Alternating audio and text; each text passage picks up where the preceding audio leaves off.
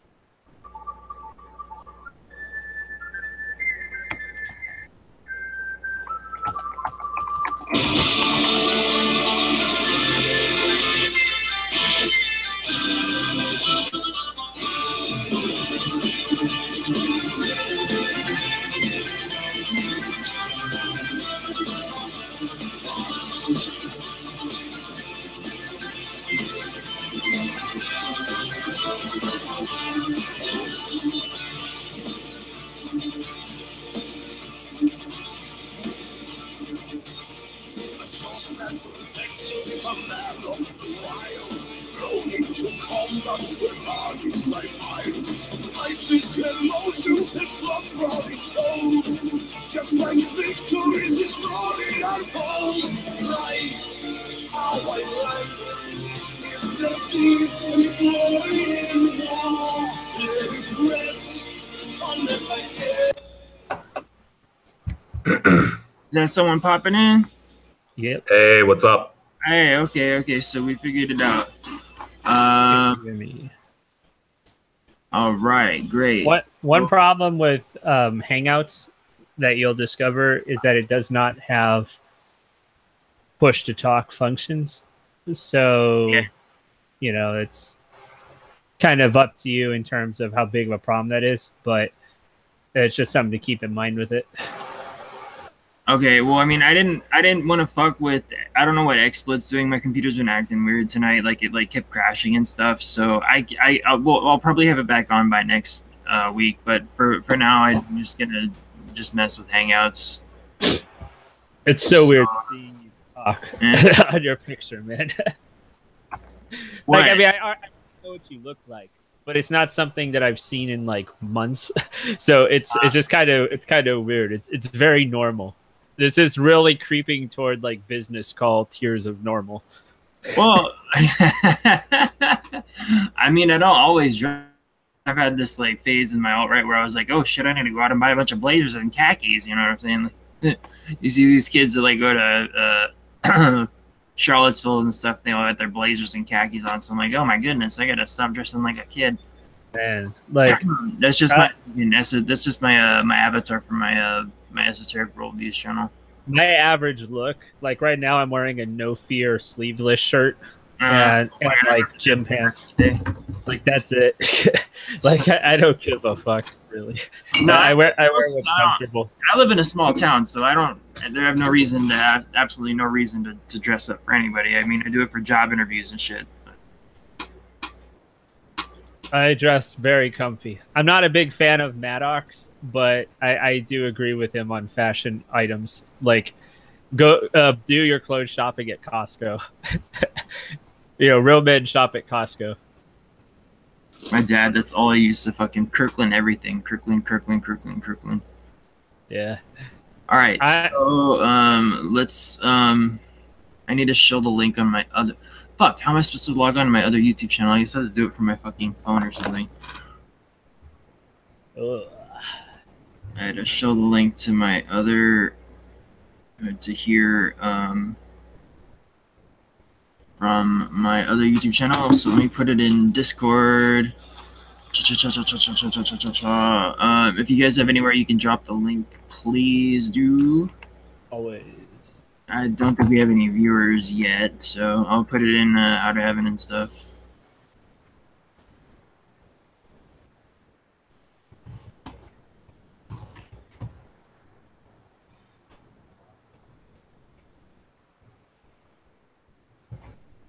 I'll put it in the announcements on Outer Heaven, actually. Oh, thank you.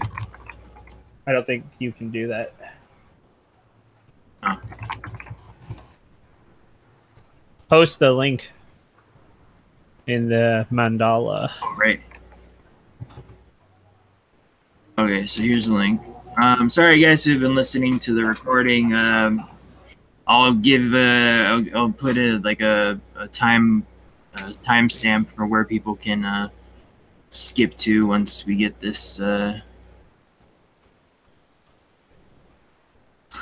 once you get this started here.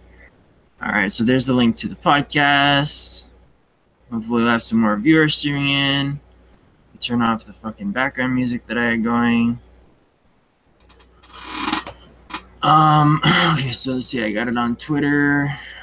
We got it in Outer Heaven.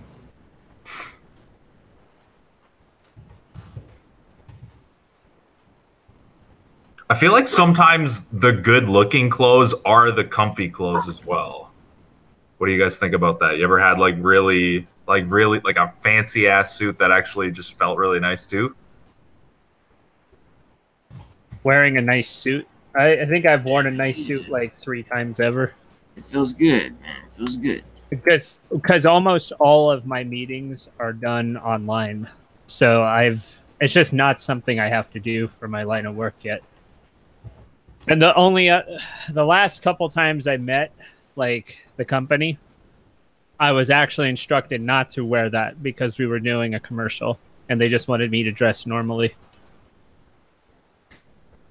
All right, so anyway, let's see. Hopefully we'll get some more viewers streaming in, but either way, that's right. I need to wait. Let me link it on my main YouTube channel real quick if I can do that. I put it on the announcements. I said you're going to tell everyone about the reptiles and Buddha beads. We have one watcher, it looks like. It's probably one of you guys. I'm trying to make an announcement on my YouTube channel for it. So guys, if you're listening, just hang on just a minute. We'll get into it. The reason why I said... Oh, I can't make an announcement. Good. Let's see. Okay. Link to the podcast for tonight.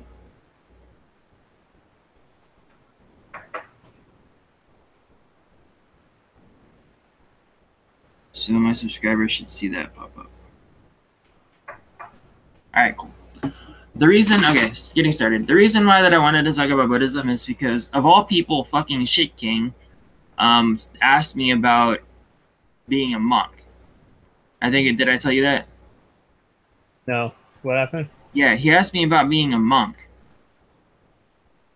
Yeah, he asked me about becoming a monk. And he asked me to talk to him a little bit about it. I mean, I know. How did that conversation go? I have no idea. I mean, it wasn't really much a conversation. It was just basically me explaining, you know, basic kind of Buddhist philosophy and why that, you know, in a lot of traditions, even Christianity, West, East, everywhere, that people tend to renounce the world in favor of, you know, the other world. And the kind of like the reasons of how that we get stuck in this one, how and what the other thing is about, what can be accomplished. So I feel like the question of Buddhism and even talking about religion and human experience and renunciation, becoming a monk, is something that's very broad in general, because here we are, you know, we find ourselves kind of isolated on this pale blue speck of dust caught in a sunbeam, as what's his name, Carl Sagan put it, play a pale blue dot, and we're kind of like a, you know, just a little will-o'-the-wisp in a cosmic phantasmagoria of experience and phenomena and sensation, and that's just talking about the physical world. It doesn't even describe the inner world. And of course, you know, a lot of people, they don't tend to think about things that go beyond outside of their senses, or think about things that go beyond outside of their comfort zone, or think about things that even try to, you know, I was talking to my friend who just did shrooms recently, and I posted a picture of this little fortune cookie that said, "The mystical is not about how reality is, but that it is, to something to that effect. I'm paraphrasing. Was it his first time doing shrooms, or? I believe so, yeah. And what I was telling him is like, I really vibed with him. I was like, so did you talk to the supermind? And he was like, that's exactly what I would call it. And I'm like, yeah, been there. Chogyam Trungpa Rinpoche, he said that prajna paramita, which is the perfection of wisdom, is like having the Buddha speaking to you in your mind, in the sense that it's kind of a Gnostic. Our tradition in Buddhism is Gnostic in the sense that we try to attain an experiential level of wisdom, which is like having the supermind dwelling inside of your brain, and kind of like losing the, like, kind of dissolving into it, and then losing the hard and fast barriers which separate you from your personal reality of senses, and what we call the five skandhas in Buddhism, which are form, feeling, sensation, perceptions, and mental formations or consciousness. Form, feeling, perceptions, mental formations, and consciousness. So the five skandhas, which comprise the self. So even it's kind of like a dissolving of the self in, they call it ego death, the dissolving of the self into a higher mode, higher graphics, resolution, higher, if you want to compare it to a computer, it's like basically like we're like a tiny little PC, and the super mind, or what we would call the Buddha matrix, Tathagata Garbha, is like a supercomputer. We're like this little like handheld PC, or like a tablet, or like a cell phone, or like an old Macintosh computer, and the processing power that we have is analogous but not the same. I mean, it's analogous in the sense that it operates on the same kind of system, but it is much more scaled down compared to like some kind of quantum supercomputer that will exist in 20 years or something like that. So that's why that in the Hare Krishna religion, they practice the Achintya Bheda Tattva philosophy, which means simultaneously dual and non-dual. So they're simultaneously practice a form of dualism and non-dualism, and of course, in terms of Buddhist logic, that will come off as absolutely retarded to anybody who studies any Mahayana philosophy, because it's just kind of just wordplay and just playing with words, which is what Madhyamaka tries to kind of aim at. So a lot of people say that we are atheists, but Buddhists, we're not atheists at all. It's just we don't like to play with words and make concrete kind of values around words. We try to dissect in a kind of Platonic way experience in words, and try to get at what I called earlier the prajna paramita, where you're just kind of integrated, like say you take shrooms, you're just kind of like integrated with that supermind, and you kind of the barriers which hold you between the supermind and yourself steadily kind of dissolve away. I feel like we need to talk about the Hare Krishnas sometime. A lot of people don't know what happened to their leader. That's a story that was talked about. Surprise! Well, I mean, it wasn't talked about back. I mean, it was talked about back during the David Icke times, the 2012-ish times, and especially around the 2011 time frame. That's when a whole lot of this stuff was being talked about. But I mean, that's a very important story that a lot of people will not discover, mostly because of age and their level of awareness of the red pills and all that shit. Oh, no doubt. We could have a Hare Krishna episode, and I can maybe even bring one of my old Hare Krishna friends on to talk about the state of the movement and whatnot. But well, I think talking about the leader is absolutely the most important thing. Yeah, he's very red pilled. Because I mean, that alone will sort of, because when it's like the adage, the enemy of your enemy is your friend type thing. If the global network hated the Hare Krishnas enough to assassinate their leader, and this is something I would posture was probably unanimously hated among the global elite, whatever their creed is, I would imagine that they all hated him. Oh, Prabhupada. Yeah, absolutely. I would imagine that he was as hated as, you know, say Lincoln when he was doing the greenback, that kind of thing, because he was not for selling out his country. He was for raising the levels of personal integrity and all of these sort of anti-Talmudic concepts. I absolutely think that that's worth a discussion. Oh, absolutely. You know, next week, let's do that. That's a good one. That's actually really good. Talking about. Well, get your friend on. That'll make it even better. Yeah, I'll try to find somebody. There's still a lot of Hare Krishna people that subscribe to my channel because I don't even bother saying their names because I can't pronounce any of them. I just say the Hare Krishna leader. Oh, Prabhupada. Prabhupada. Yeah, Prabhupada. So, his full name, A.C. Bhaktivedanta Swami Prabhupada. His full name, but yeah, that kind of sounded more Italian than Indian. But anyway. The Prabhupada. Prabhupada. Hey. Hey, I'm pooping here. Hey, get out of my shitting street.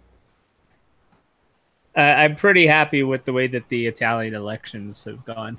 I think that we should definitely touch on that because I haven't really looked into it. The EU is terrified.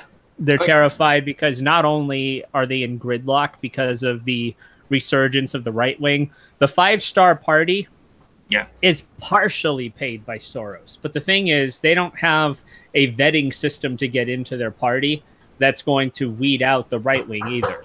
So there's plenty of people that'll be loyal to Salvini within the 5-Star Party. They just don't even know who's in their own party. So that's a big problem there. And what really scares the EU is that the Europa vote was so high, and even the fascists got a high vote. So the Lega Nord or whatever. Lega did great. Lega is the other half of the victory. Basically, the victory was split down between 5-Star and Lega, but they're not the fascist party. There is an actual fascist party. I can't remember how to say the name. It begins with a C. It's some, Was that one of the dudes that went out and shot all the? Yeah. I think he was part of their party. It's all in Spaghettian, and I don't speak fucking spaghetti. I don't speak it as spaghetti. Somebody touch my election. Somebody touch my nice and the world order. Italians are pretty fired up people. I've been watching a few videos, just random videos that people upload on YouTube of like Italian radio shows, and people just get lit right the fuck up. Like they swear up and down. Like it's amazing, actually. They're very animated people. So we could tack that on.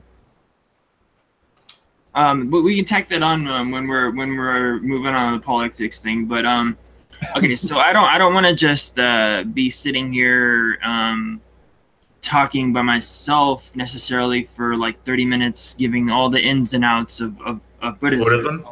But I do want to comment on it because, like I said, I did a poll on my channel. And I got 30 responses, and surprisingly, I thought that people would have wanted to see more kind of generic stuff from my channel, but most of them said that they wanted me to keep going with the tantric Buddhist stuff. So here's something very related to that, with people wanting that, and then also with something you said earlier about your friend asking you about it, which is no. I mean, I've got multiple friends here on Discord that talk to me about it. My friend Flowers, Beavis Sinatra that comes on here, he's a Nichiren Buddhist. A lot of people talk to me about it. They're more. It's surprising, and it's very heartening how much that Westerners have affection for Buddhism, because I think they see it as kind of like, okay, these guys, their history, everything they've done, everything they teach, is just about. They're chill, they're the chill. We have such a tense society that we constantly have people every day kind of having their coming to Jesus moment. So what I was going to say is like what happened for me and what I've noticed in a lot of other people is that you come to that moment when the circumstances of your life get overwhelming in some manner, like where you cannot overcome it. And you're just forced to accept something that feels really unacceptable, like to you, and then that's when you start looking for those bigger answers. Do you know what I mean? Oh yeah. So like it would make sense that there are lots of people kind of coming to that right now. On the alt-right type side of things, yeah. Yeah. exactly. So there's more tension than ever. So that's driving people there. But then also there's more information and answers than ever. So we've kind of got it. We've got it both ways right Oh, now. yeah. Now's like the perfect time to just kind of feed everybody this information. Well, you see, with Buddhism, we're not looking at an adversarial thing. Oh, yeah. With Islam, it's literally a doctrine that is out to destroy the West. Buddhism, not the case. Like, you can live with Buddhism in your community, and it makes virtually no difference at all to your everyday. They're not out to get your guns. They're not out to, censor. They're not out to do anything that's considered anti-Western. There's nothing in the doctrine that I've seen that would actually harm the Bill of Rights in any way. There's just nothing there. So I think it's absolutely compatible. They might even enrich your community a little bit. I'm telling you, the nicest people I've ever met in my entire life are Tibetans. Now, of course, I should say, not only are they not going to harm the West, but they're also against the other enemies of the West, as we've seen with those in Myanmar. They could actually be a crucial combative ally. Yeah, the Burmese, they hate the Muslims, and the Tibetans damn sure hate communism. That's for sure. So there's that. The Dalai Lama. Meanwhile, Christianity has this fucking Pope Cuck Paul III, talking about open borders and stuff. And the Dalai Lama comes out with all this shit like, Germany needs to stay Germany. And like, what the fuck are you people doing, Because he understands that that's not how you create social harmony by just mixing all this stuff together. He understands that very well because he sees what's going on in Tibet with the Han Chinese taking over, which has historically been a place where there have been no Han Chinese at all. And even at one point, Tibet and Mongolia were like ruled over China. So and here's one of the things which I want to get through with this podcast where I want to talk about Buddhism is that a lot of people, when they hear Buddhism, they really have a lack of understanding of it. People might think of it as, say, especially like a Christian or someone might think that Buddhism is a nihilistic religion because it talks about emptiness, doesn't believe in a God, there's kind of no kind of end game inside. And then you have the cat ladies that promote Buddhism as being like, oh, it's all, hippy dippy, chill out and smoke weed, bro, kind of thing. So there's a profound, well, at the same sense, people like in the West will see monks and such and just kind of understand that Buddhism is, like you said, never pose a threat, but actually can be a net benefit to you. And there's a lot of psychological studies right now talking about how that meditation is fantastic to help. What Eric said is like so many of us are stressed out. For me personally, it's the only thing that really, gets me to kind of punch past my little sphere of problems and nexus of neuroses. It's the only thing that can really get me to puncture through that and really fully. It's not even just like calming. It doesn't even make me calm. No, it makes me exploding with spiritual energy and bliss to practice meditation. And spiritual energy is called lung in Tibetan. It's called pran in Sanskrit. It's called chi or ki in Japan and China. It's kind of like when we talk about Tantra, which is the form of Buddhism that you find in Japan and Tibet almost exclusively. I would imagine there's probably some sects which still survived in places like China or such like that. But it's really only Tibet and Japan which have preserved the Vajrayana teachings, which is one of what I would call like the three main schools of Buddhism. So with that, let me kind of segue into talking about the three main schools of Buddhism and how they're different from one another, how they relate to one another, and that whole kind of thing. So I think I might monologue for a little bit, but if you guys eh? Sorry, I was giving you a little trumpet fanfare. Oh, thanks. The monologue. I might monologue for a minute, but I want to get into, like I said, describing like the different types of Buddhism and the kind of similarities, the differences, and this could be a 2-hour podcast at least in its own, and I will try to do my best, but it's a very very there's a lot of teachings to it. I mean, it follows a pattern that when you study it and you practice it, it all kind of, you understand it and you apply it, and then this all kind of just kind of blends into, you know, your experience of how you practice, you know, your practice and how you understand it. But taken from the example of comparing them all together, it's going to be a little bit trying on me. So if I like kind of take a second to collect my thoughts, or I'm not doing it justice, I apologize, but I'll try to do the best I can. So as you guys know or should know, Sakyamuni Buddha was 100% pure Aryan.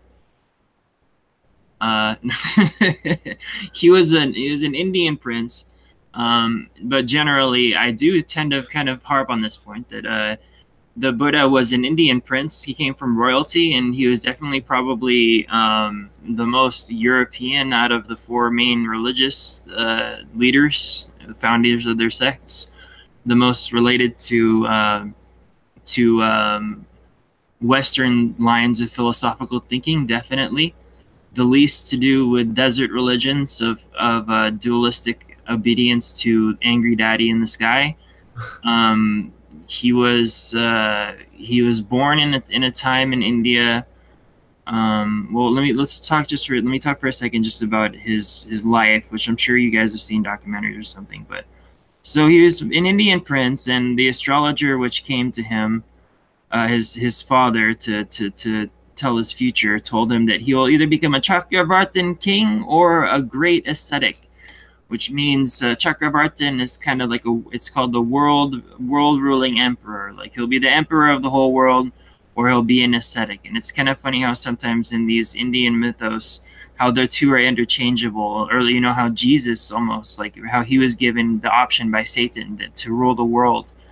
It's very similar in Indian mythos. You have the theme of a world ruling emperor called the Chakravartin, who's almost seen as not a god, but the station of an ascetic like the Buddha, who is the Purusha, which is a kind of Indic way of viewing the Logos made flesh of someone who's a Christ, is like an ascended being kind of thing. No, not even that. It's a manifestation of Mahavishnu, a manifestation of God, basically, for all intents and purposes. But of course, then again, that gets into, I digress about how the Buddhists view different gods and creators, and how the universe gets formed, and how they view the ultimate reality. But yes, the Mahapurusha displays 32 minor signs and 32 major signs and 80 major signs, which indicate that he's a Mahapurusha, which means a great man.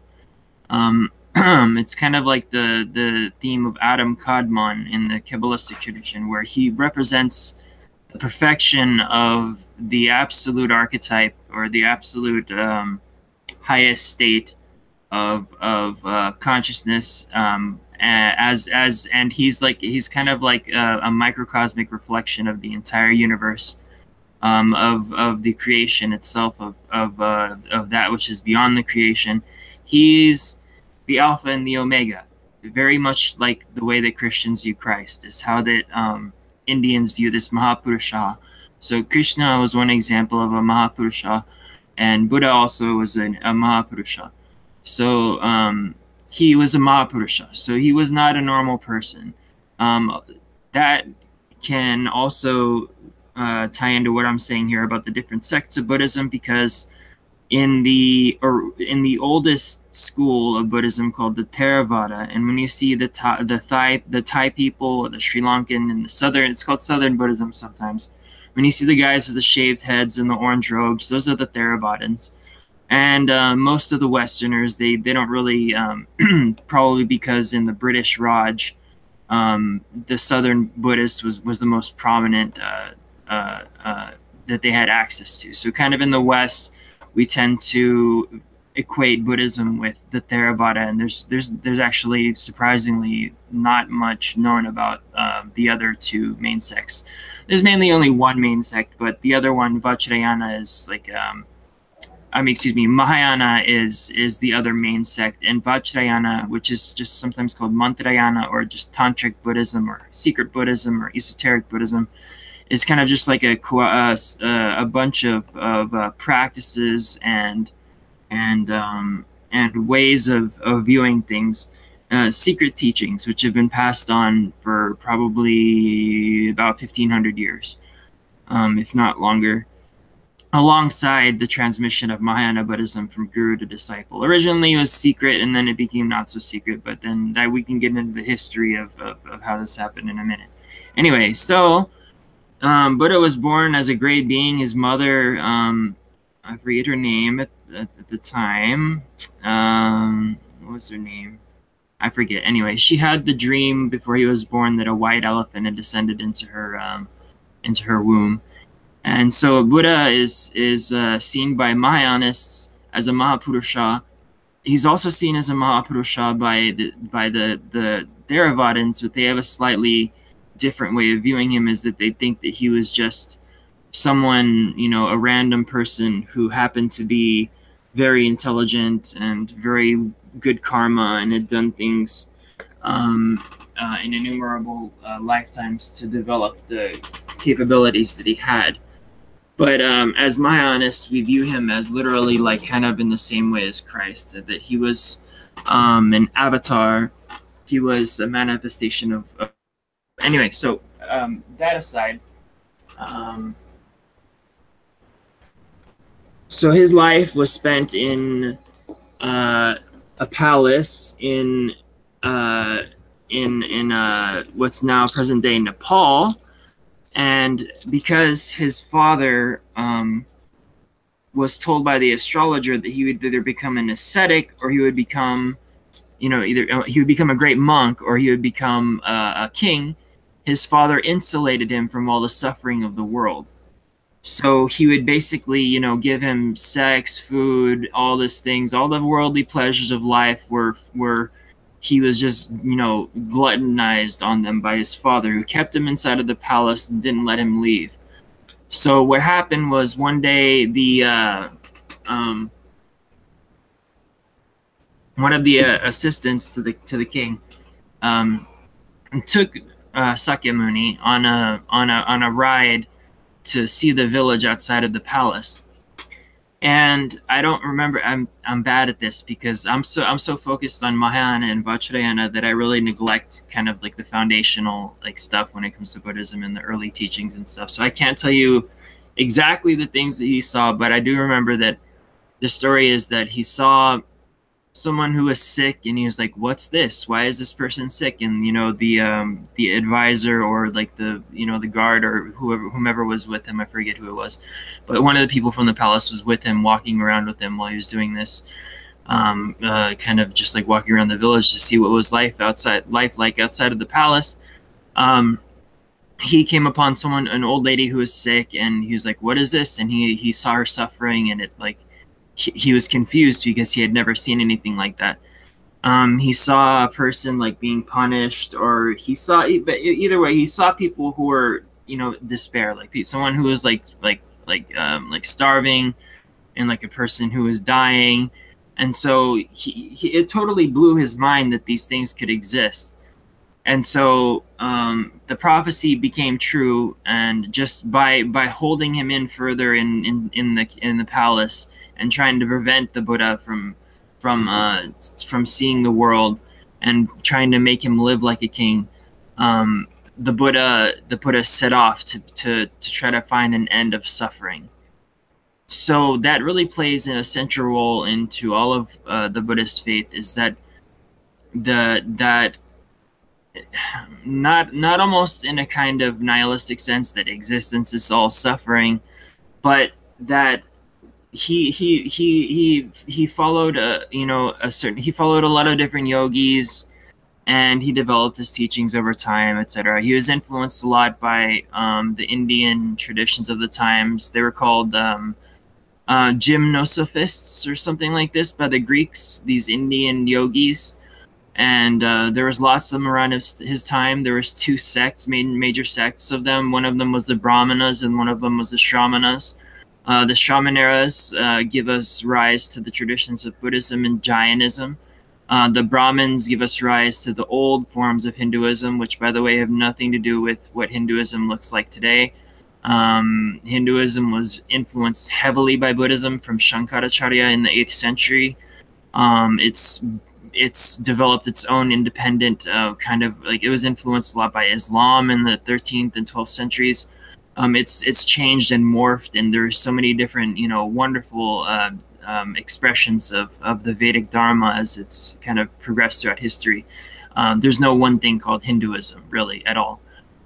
Even though when it's presented to Westerners, like they try to make it into a generic catch-all kind of phrase, and say, okay, this is what Hinduism is, and it has these basic beliefs, but they're founded on texts like the Upanishads more recently. But in ancient times, there's a really good documentary called drawing a blank. Sorry, guys. It's something of fire, but it shows like the actual Vedic traditions and how are they passed down originally. It was a very elitist kind of thing where they held the teachings to themselves, amongst the Brahmins, who saw themselves as a caste which was the head of Brahma. Brahma was seen as society. The creator god was analogous to society. The head were the Brahmins, the ascetics, and priests and such. The shoulders and chest were the kshatriyas, which are the administrators, the kings, the warriors, kind of like knights and kings and people who dealt with that level of the sort of feudal society of ancient India. Then you have the Vaishyas, which are seen as the legs, and these are the merchants and the everybody who deals with the economy of the Vaishyas. And then you have the Shudras, which are the workers and menial labor workers, and they're seen as the feet of Brahma. So the Brahmins were seen as the head of the society, and it's interesting kind of the dynamic that was at play in India back then, because you had it that religious priests were kind of had a superior value to kings in India. So your king would have advisors who would tell him how to operate and please the gods, tell him how to operate in a way which is in accordance with dharma, which is a word that's used. It's sometimes equivalent with the term religion or law, but I like to kind of make my own little meme word out of what dharma means and call it the sacred reality, or just reality as it is, or kind of like the laws. Most often in English it's interpreted as law. The laws which kind of govern reality as it is, as it should be. That's called dharma.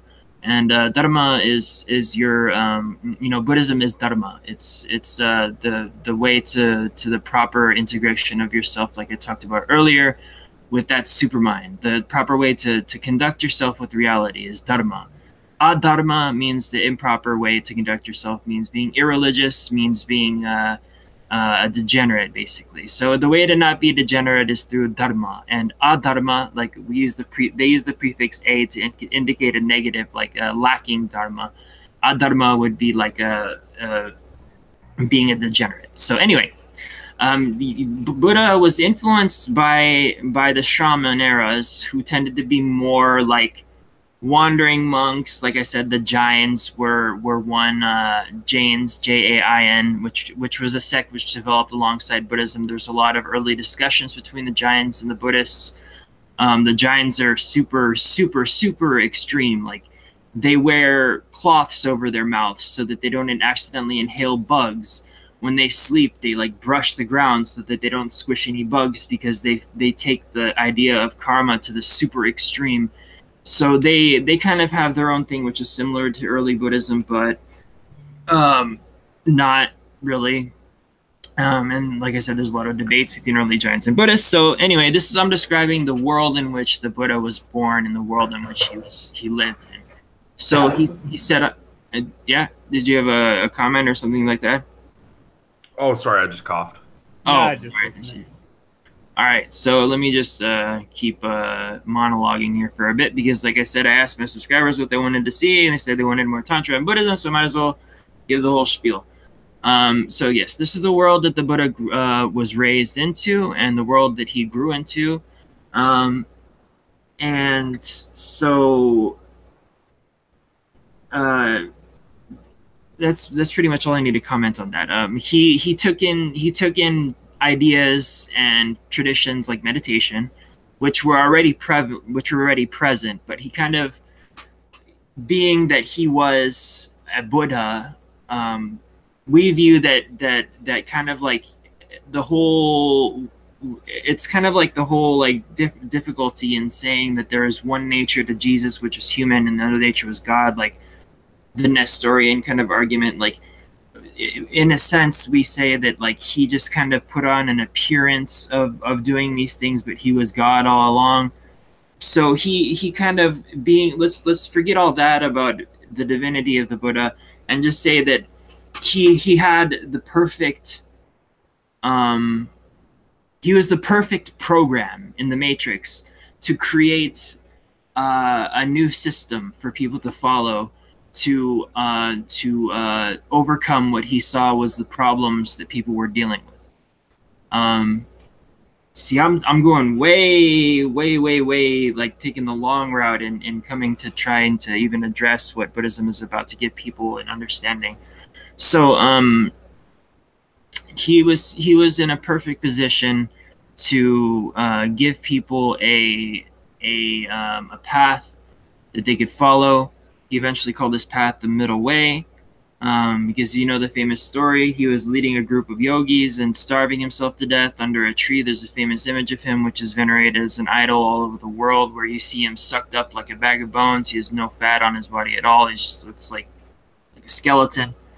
And he was sitting underneath the tree, underneath the Bodhi tree, trying to attain enlightenment by starving himself of everything. And a village girl came along. No. First, what happened was that he heard someone tuning a lute, and he noticed that if the lute was too tense, it wouldn't make the right sound, and if the lute was too loose, then it wouldn't make the right sound. So he noticed that when this lute was being tuned, that only, or sitar player, excuse me, it was a sitar, same, kind of similar thing. He noticed that only when the sitar was tuned properly, right in the middle, that it would make the perfect chord. So at that moment, when he had that realization, he took an offering of some rice and some food from a local village girl, and he attained enlightenment. And his followers left him because they felt that he'd left his path of being an ascetic, which is tends towards depriving yourself of everything. And this is kind of a difference which Theravadas have with Mahayanists, is they tend to fall into that kind of detaching from everything and seeing that as the way forward. So anyway, so that's a basic description of the kind of circumstances out of which Buddhism sprang. So he attained enlightenment, and to us, enlightenment has to do with an ending of suffering. It's a state of, it's not just, okay, like I read this book and now I'm enlightened. No, it's a state of union, of gnosis. It's a state of union of the little self with the totality, which we call the Dharmakaya, of this gigantic omniscient wisdom body, which is made of visions. It manifests in visions. It's pure. It's limitless. It has infinite wisdom. It spreads throughout all times and spaces. It's called the Dharmakaya, and the Dharmakaya, it manifests in the body of visions called the Shambhogakaya, and then the manifest form is called the Nirmanakaya. So a Buddha would be, someone like Sakyamuni would be an absolute expression of the Dharmakaya. I mean, literally, like the Dharmakaya made flesh, like kind of in a, like I said, a Christian type way. So setting that up, enlightenment is kind of immersion or kind of a dissolution of yourself through a certain process where that light just it's enabled to shine shine unimpededly through either the skandhas which form your nature, and it absorbs you. I like to quote Arya Nagarjuna, who is he was actually the fundamental scholar who founded the Mahayana sect. Well, founded not the sect, but founded its core philosophy, which is called Madhyamaka, or middle way philosophy. I like to quote him when it comes to the experience of enlightenment. In praise of the Dharmadhatu Stava, he said, "There is something which as long as left unknown, results in life's three planes of vicious circle. Beyond all doubt, it dwells in every being. To the Dharmadhatu I devoutly bow. When that which forms the cause for all samsara, which means death and rebirth, is purified along the stages of the path, this purity itself is nirvana. Precisely this, the Dharmakaya also. As butter, though inherent in milk, is mixed with it and hence does not appear, just so the Dharmadhatu is not seen as long as it is mixed together with the afflictions. And just as the inherent butter essence, when the milk is purified, is no more disguised, when the afflictions have been completely purified, the Dharmadhatu will be without any stain at all. So, as a butter lamp that burns inside a vase would not even be slightly visible as long as left inside the vase of the afflictions, the Dharmadhatu is not visible. If one perforates the surface of the vase, whatever holes are made in whatever directions, through those holes and in precisely those directions, light will shine, as is its nature to. At the moment when the Vajra, or indestructible, Vajra means diamond, indestructible, adamantine, at that moment when the Vajra-like samadhi, which is like super consciousness meditation, like super consciousness is samadhi, like a sublime state of that you experience in meditation. At that very moment when the indestructible like sublime state is able to obliterate the vase, at that very moment the light burning inside will shine throughout all the reaches of space. The Dharmadhatu was never born, nor will it ever cease. At all times it is free of afflictions, at the beginning, middle, and end, free from stain. As a sapphire, the precious gem shines with brilliant light all the time, but when confined within a grocer's zone, we do not see its bright light shine." So what he's getting at is that it's almost like an alchemical process which we do, where the dross of our five skandhas actually provides the material is actually the Dharmadhatu itself, which is the reality element, the reality element of the essence of reality. The Dharmadhatu is the purified form, which is like the Buddha body, your pure manifestation of the Dharmakaya. So when it's mixed with affliction, then it appears as the material world. But at all times, it's always been the purified essence, the Dharmadhatu. So when we talk about afflictions, the main thing to remember are the three kleshas, which means the three poisons. The three poisons are ignorance, which give rise to attachment and aversion. So in Buddhism, attachment and aversion means like, okay, so we kind of try to build in Buddhism we talk about anatta, which means no self. We don't believe in the conceptual framework of how most people view the self. We do accept a kind of, when we say that when the self doesn't exist, then the true self exists. If anybody's experienced psychedelics, you might understand what I'm talking about. When you have like an ego death moment, then you kind of feel like that your true self is there. But if it's combined with these teachings, then you understand the nature of your own mind and consciousness, and then a true self can really exist. But for the purposes of the argument, we accept anatta, or no self. So when a person um, interacts with these three kleshas, like I said, them being based off of ignorance, they get trapped in what are called the 12 causes, motivations, links, the 12 dependencies, which are called the 12 nidanas. The 12 nidanas, beginning with ignorance, lead to mental formations and volitions.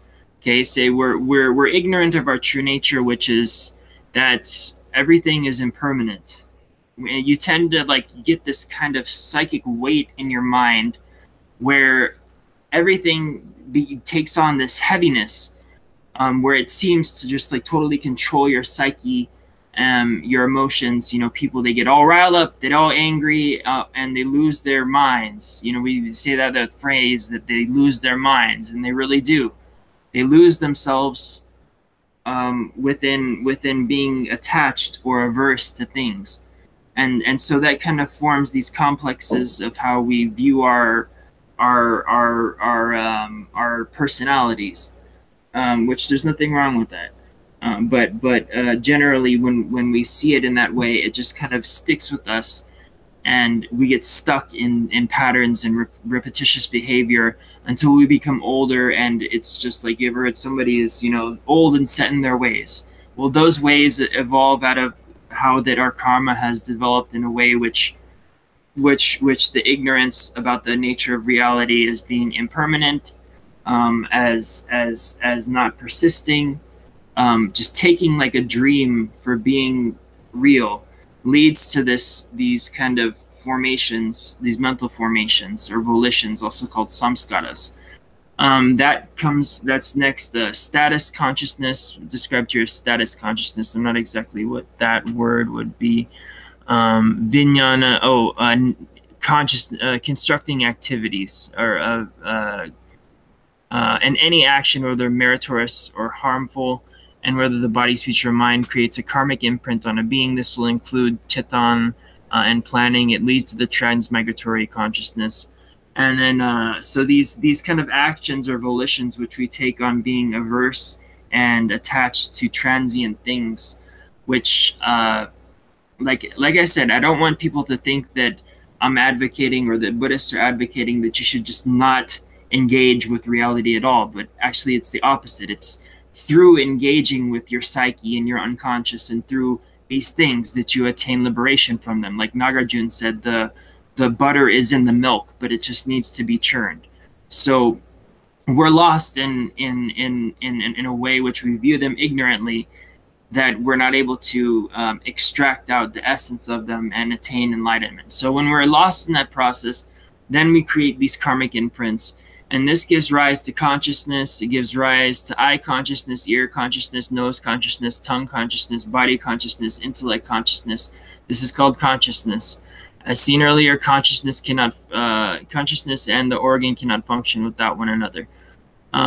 This gives rise to name and form, feeling, perception, intention, contact, and attention, the four great elements, and the body dependent on the four great elements. This is called the corporeal form, or corporality, or the body. This gives rise to the salayatana, which is contact, or the sixfold sense bases: eyes, ears, nose, tongue, body, and mind. This gives rise to feeling, Vedan. The coming together of the object, the sense medium, and the consciousness of that sense medium is called Vedan, or contact. This gives rise to craving, or tanha. Feeling or sensations of the six forms: visions, hearings, olfactory sensations, gustatory sensations, tactile sensations, and intellectual sensations. In general, Vedan refers to the pleasant, unpleasant, or neutral sensations that occur within our internal sense organs. When our internal sense organs come into contact with external sense objects and the associated consciousnesses. This gives rise to clinging. There are the six forms of cravings. Cravings with respect to form, sound, smells, taste, touch, such as massage, sex, and pain, and ideas.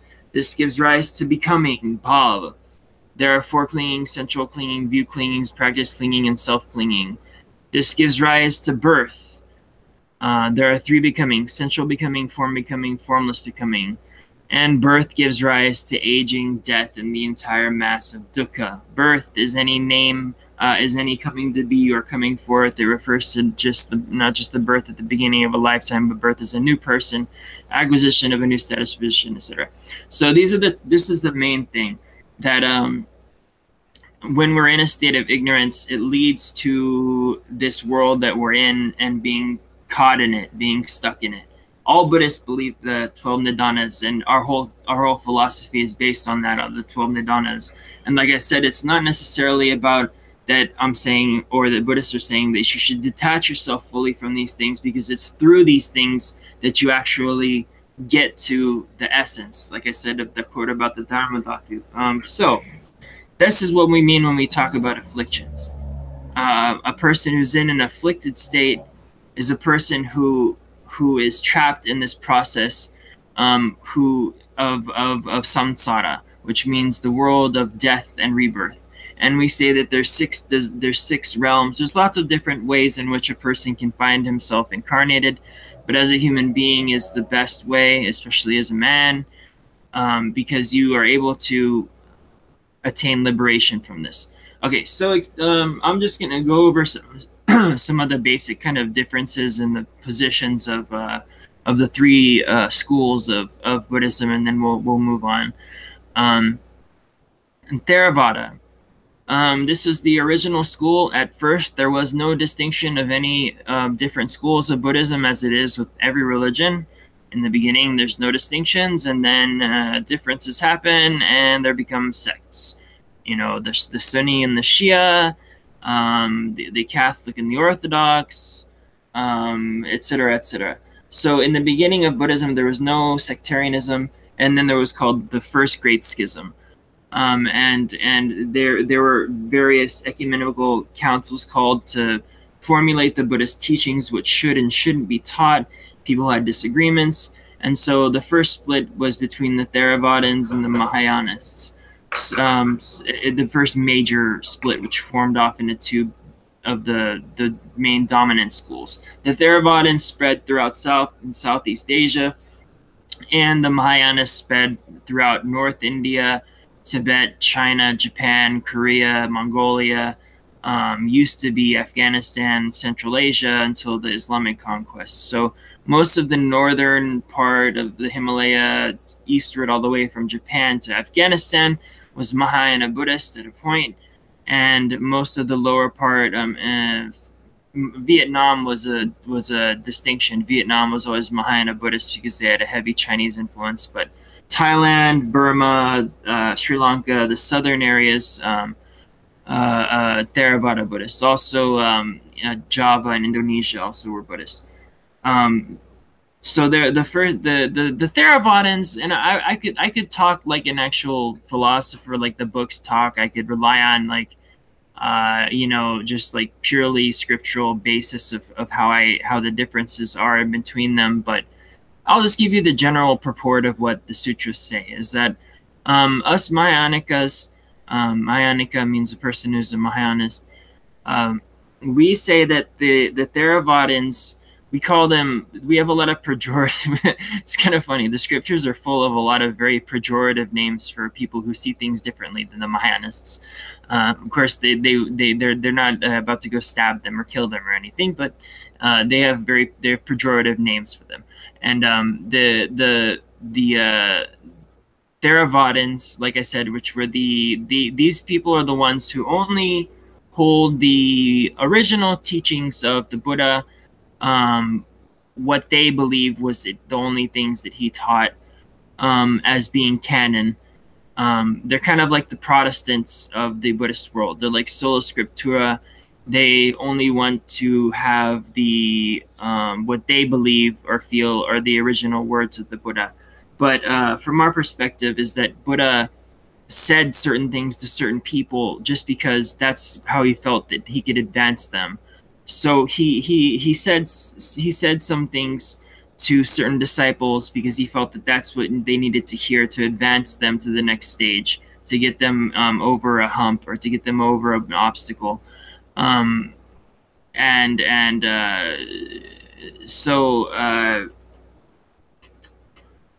Mahayanists believe that, for example, that the Buddha went to a mountain called Rajguru, which is a very popular site of pilgrimage, and he spoke the Mahayana Sutras. So the difference between us is that we accept the Mahayana Sutras, and they don't accept the Mahayana Sutras as being canon. So they have their own canon, and we also accept their canon as canon, but they don't accept our canon as canon. And there's a lot of kind of, ways in which the Mahayanists explain where the Mahayana Sutras come from, because they're always narrated in the form of the Buddha. But it's my own opinion that basically the sutras, which are narrated in the form of the Buddha, are a kind of, they're kind of like, it's that either there was a group of monks that came together to put what they had kind of coalesced as being a further interpretation, or like the Buddha said once that of all of the teachings that I have to give you, I hand you only like a leaf amongst a forest. So the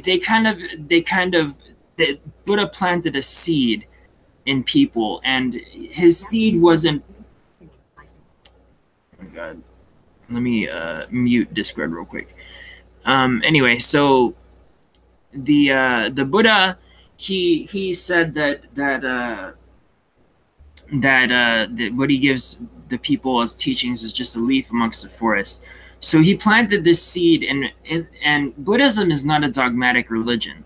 So the problem with the Theravadins, the people with the orange robes, they made it into a dogma. And the Mahayanists, they accepted that no, this is not a dogmatic faith, and we can extrapolate further and take what the Buddhists taught us and bring it with our and kind of bring it to higher levels of interpretation, or of essence. And we call those the different turnings of the wheel of the Dharma. For example, the first turning of the wheel of the Dharma was when the Buddha spoke the original words when he was alive. And then you have the second turning of the third turning of the wheel, and those have to do with the Buddha nature and higher teachings like that. So it's kind of like, like I said, you have this seed, which was the original Buddha's words, and it grew into a tree, which was Mahayana and Vajrayana ultimately, especially Vajrayana. But the Theravadins, they hold fast to their ignorance and say that no, we want to be a dogmatic, schismatic sect that only listens to the words of the Buddha. That's what we call them, Shravakas, or sound hearers. And not even that they listened to, but they only heard the external words of the Buddha, and it never entered into their hearts. It never entered into they never really took the kind of essence, which was that you're supposed to achieve gnosis for yourself. And the Buddha himself said, don't accept anything that I say, that a scripture says, until you yourself understand it. And then when it makes sense to you, then you apply it and carry through with it.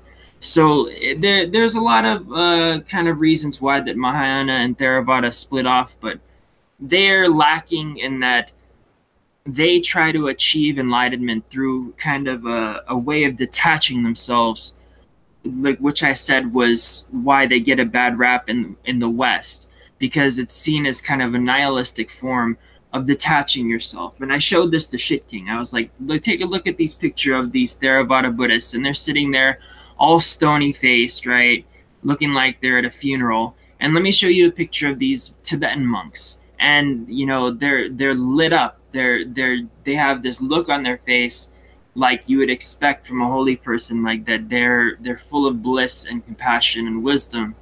So all of these kind of positive qualities aren't focused on by the Theravadins. The Theravadins, they focus on detachment. They focus on detaching so much that they end up becoming obsessed with the detachment, and they don't take the necessary step to go beyond and develop what would give them a higher state or station.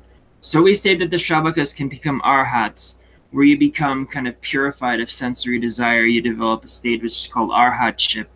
But the Mahayanas, our big difference here is that the Mahayanas, we take the Bodhisattva vow, which means that we will never go to full enlightenment until every being is liberated on the planet. So we always incarnate, and that's called the Bodhisattva vow. So we aim to be not arhats, but bodhisattvas, which incarnate again and again for the sake of all beings. And just that compassionate thought gives the power and wisdom and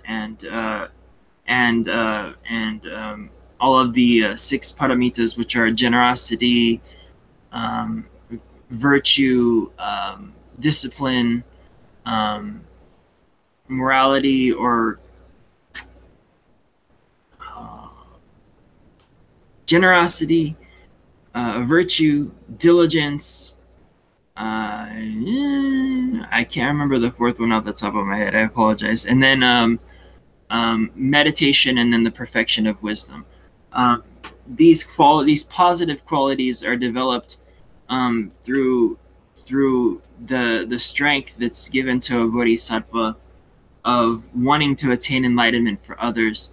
You just when you have your experience of the divine within you, it takes you over and it uses you in a way which keeps you in a stronger position on the path than the Theravadins have, because they only seek for their own self benefit. So they're attached to detachment, they're attached to themselves while trying to be selfless. So they've kind of entered into a logical dilemma which they can't get themselves out of.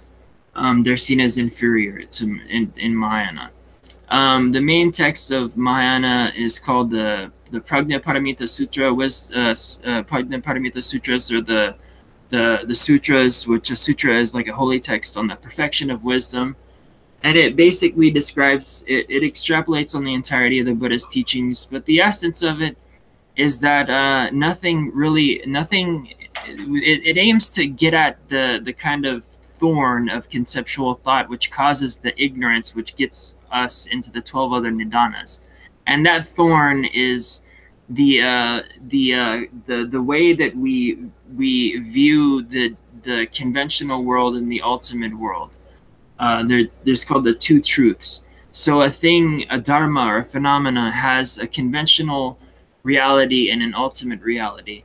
And the way that we view the conventional reality is that things don't arise from themselves, they don't arise from others, they don't arise from themselves and others, neither do they arise from neither themselves nor others.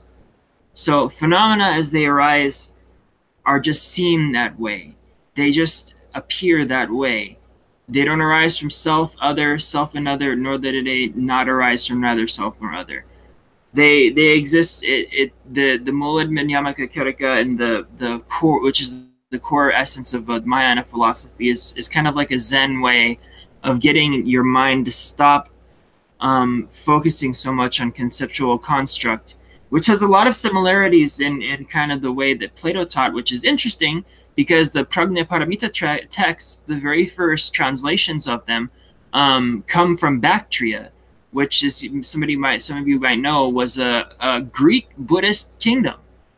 It was a kingdom left over by Alexander the Great, which was Greco-Buddhist. Some of the earliest artwork, and like I said, the Prajnaparamita Sutras come from the Greco-Buddhist kingdom. So it's almost that it has a Greek. If you study Madhyamaka philosophy or middle way philosophy, it has a lot of parallels with Plato and some of the old Greek philosophers. So we find that the first Prajnaparamita Sutras come out of that, and that influenced the entirety of Mahayana thought for thousands of years.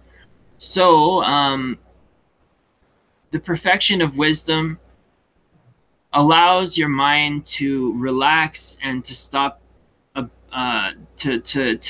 attain the perfection of wisdom, which is the lack of the conceptual ignorance, which keeps us trapped into craving, and it evolves into craving, and those kind of hard sensations like craving, lust, and all these things.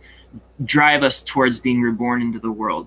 So with Mahayana, when through the perfection of wisdom by studying the sutras and by meditation, you attain enlightenment by, or not even full enlightenment, but you just attain various what are called the 10 bhumis, or there's 10 stages, or kind of bhumi can mean like, the earth is called bhumi. It can mean like a kind of platform or a station. So you kind of travel along these 10 bhumis, and you can read about them. I don't want to keep going too long about this because my throat is fucking getting sore. But anyway, so you have these 10 stations in Mahayana, which one travels upon when one first starts to realize the perfection of wisdom. And so through the 6 paramitas, which I described, were generosity, virtue, diligence, patience, meditation, and the perfection of wisdom, through these 6 transcendental perfections. And the way that they're transcendental perfections is that they come from a state which is naked. They come from a state of ego death. They come as a pure manifestation of the supermind itself coming through you. So you are integrated with it. And that's why it's called emptiness, or why we focus so much on terms like emptiness, because you empty your mind of this old conceptual framework, and it becomes filled with the light of the Dharmakaya, which is full of infinite wisdom and compassion for the suffering that you see people experiencing. It's kind of like stepping outside of a dream, and you realize that everyone's a walking zombie, and you have this experience which you can't even relate to another person, and that makes you kind of hurt and feel compassionate for them. And that whole process will drive forward your path towards becoming a bodhisattva. The Theravadids don't really think that far. And there's different sects which have evolved within Mahayana, but Madhyamika, the middle way, is the ultimate purport. If anyone wants to learn about that, just read Nagarjuna, Nagarjuna, Nagarjuna. Read his works, and that's all you need. In the mid 10th, even earlier than this, actually, say the 5th century, about so, Mahayana developed some esoteric or kind of secret practices, which we call tantra. A lot of people in the West might hear tantra, and of course you might want to associate that term with sex, like it does. But it's only associated with that because that's kind of like the most esoteric, or the highest teaching in tantra. Like, you'll see the deities in the Yabyum position in Tibetan Buddhism, which means like they're in coitus, they're meditating while having sex. And this is an actual literal practice where one's energy channels are kind of connected to the other, and they feed into one another, and it does something which causes your body to basically become the immortal body of light. So the esoteric teachings of Tantra, they exist alongside Hinduism. Hinduism has its own tantric teachings, which are associated mostly with the Shaivism, the Shiva venerators. And at a point, in tantric Buddhist history, you had tantric Buddhists and tantric Hindus. They would go to each other's temples. They would share practices. So you'll find when you study the Vajrayana that, and Vajrayana, by the way, is just what we call Tibetan Buddhism or tantric Buddhism. It's not just Tibetan. Of course, it survives today with lineages in places like Japan. Vajrayana, which means the indestructible vehicle, by the way, I forgot to say.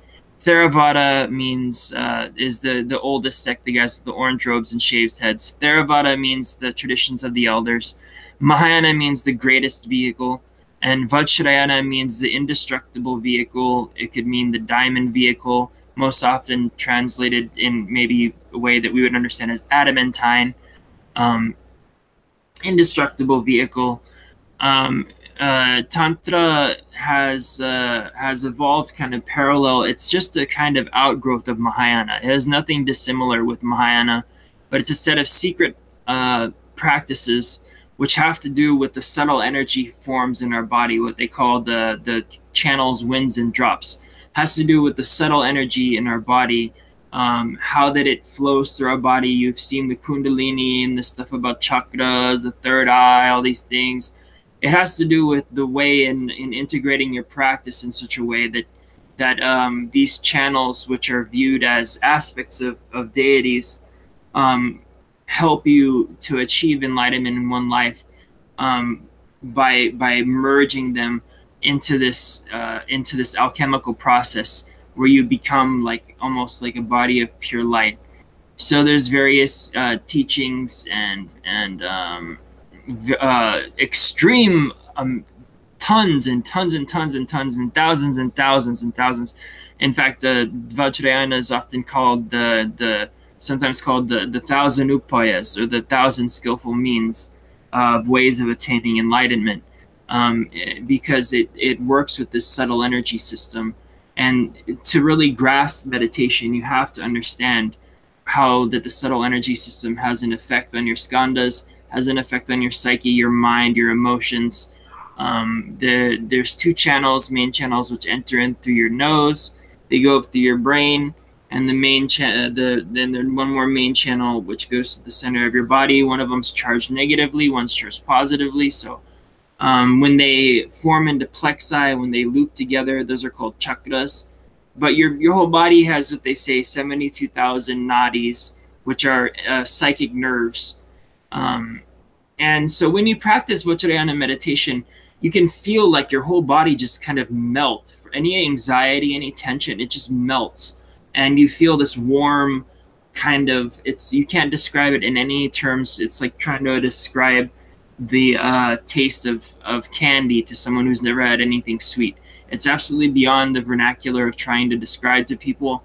It's a spiritual energy, a spiritual force, which you can actually feel very strongly in yourself, which it has this strange effect of kind of magnetizing your mind and making you like you have the Buddha in your mind, almost like psychedelics, and you see visions.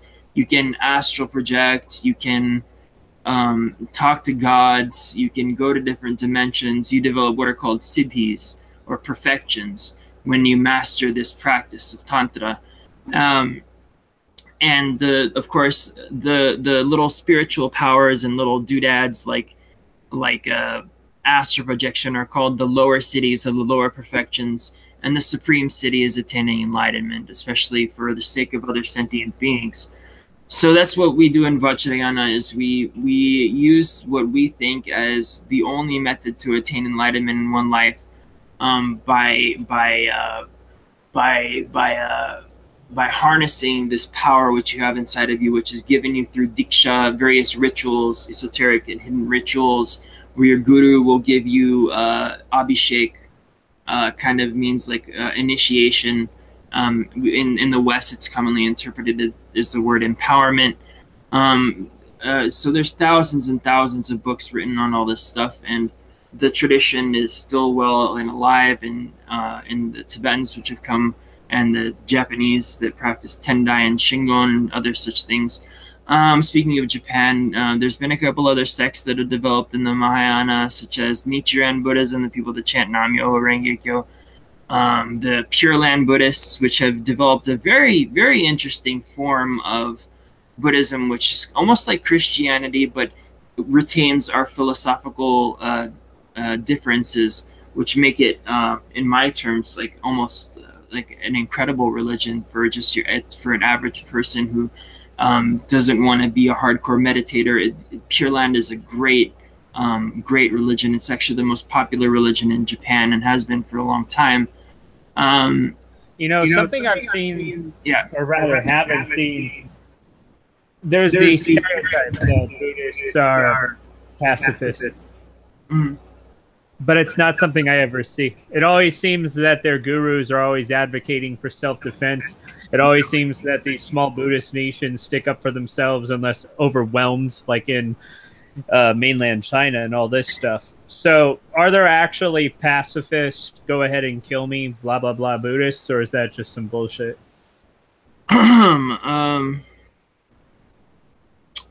Well, Jesus was a pacifist. He could have led a rebellion against the Romans, um, but he let them kill him in order to further a message. So I think what matters is well, technically speaking, in Christianity, it wasn't just for a message. It was to redeem man. No, not exactly. It was to amend the laws in the Old Testament.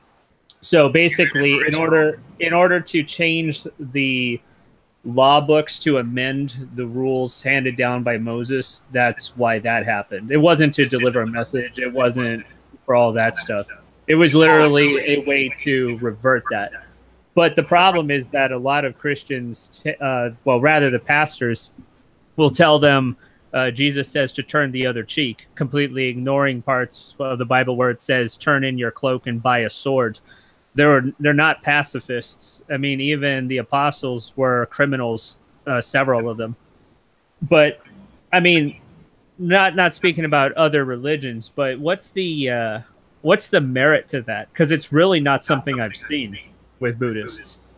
Well, again, like I own weapons made by Buddhists. Of course, you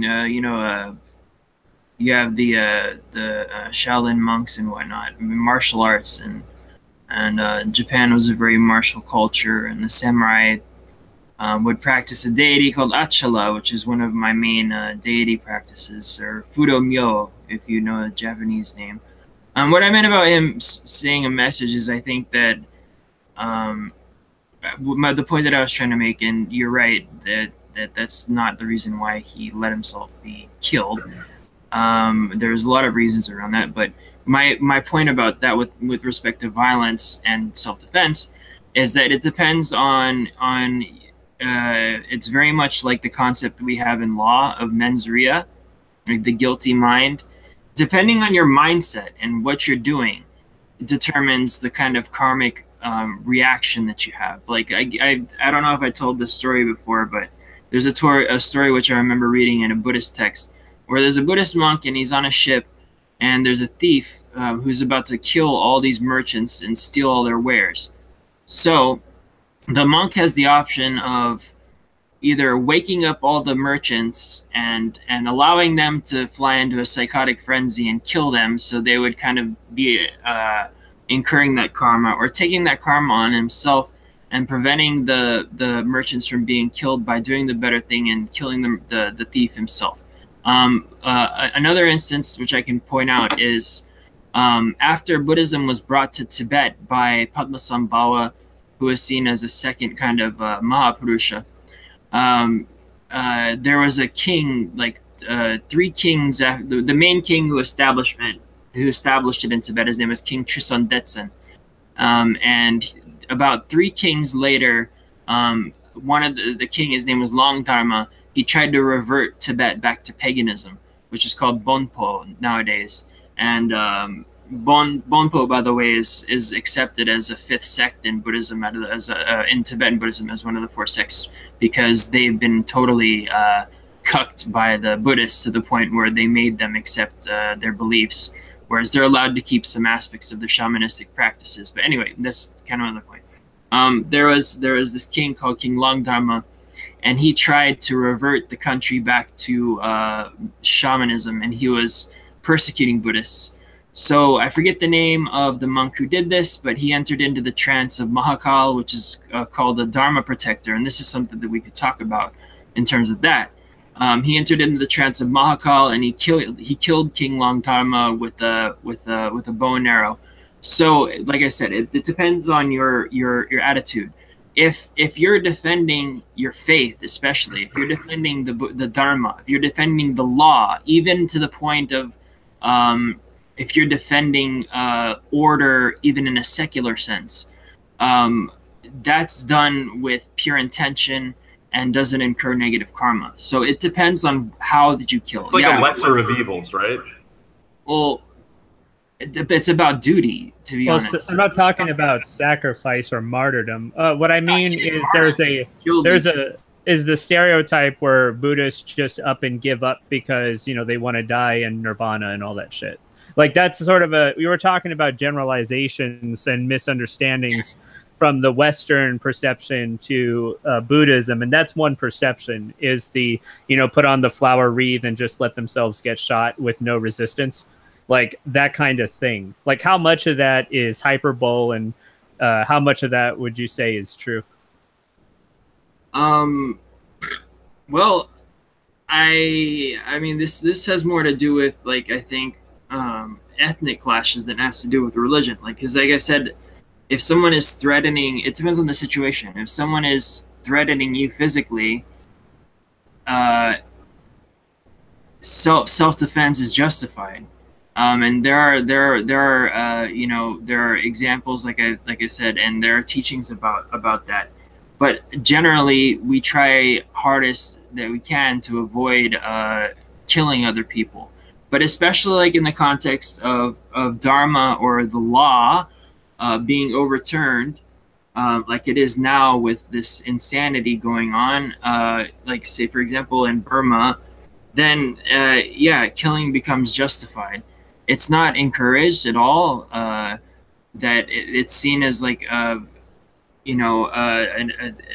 last resort. They don't take any. What about self-defense? What about in a situation you're able to defend yourself, as far as I understand, in Buddhist context?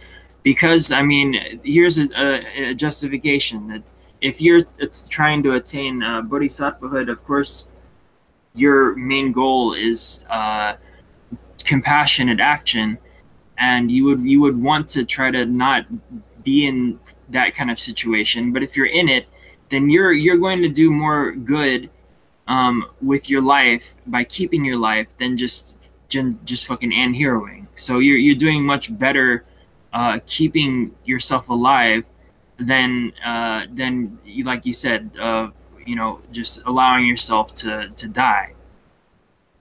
So that would be the justification for it. And another point on that. So Buddhism operates with teachers that run these places that sort of keep people up to speed and with the law. Is that how this works? Not a pastor, but there's someone at these monasteries that you go to. Abbot, yeah. Well, okay. Yeah. There'd be like an abbot. The one who runs the monastery would be called like an abbot. But yeah, you have gurus and different levels of people. Okay. Now, let's say that you carry a concealed weapon. Let's say that, you're a Buddhist in a state where that's a thing for self-defense. What kind of pressure or lack thereof would those at the monastery feel toward you if you were a weapon carrier? Maybe not at the monastery, but let's just say in general, you carry a sidearm. Are you talking about taking a gun into a monastery? Or what are you talking about? No. I mean, like in your day-to-day life. Like in many states, you just have your sidearm, like, constitutional carry states. So where does concealed carry for self-defense counter or overlap with Buddhism?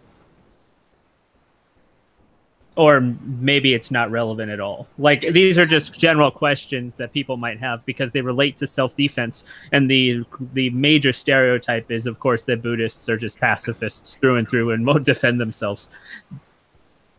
It's true that the Buddhists are pacifists because they don't want to incur the karma which will keep bringing them back into material existence.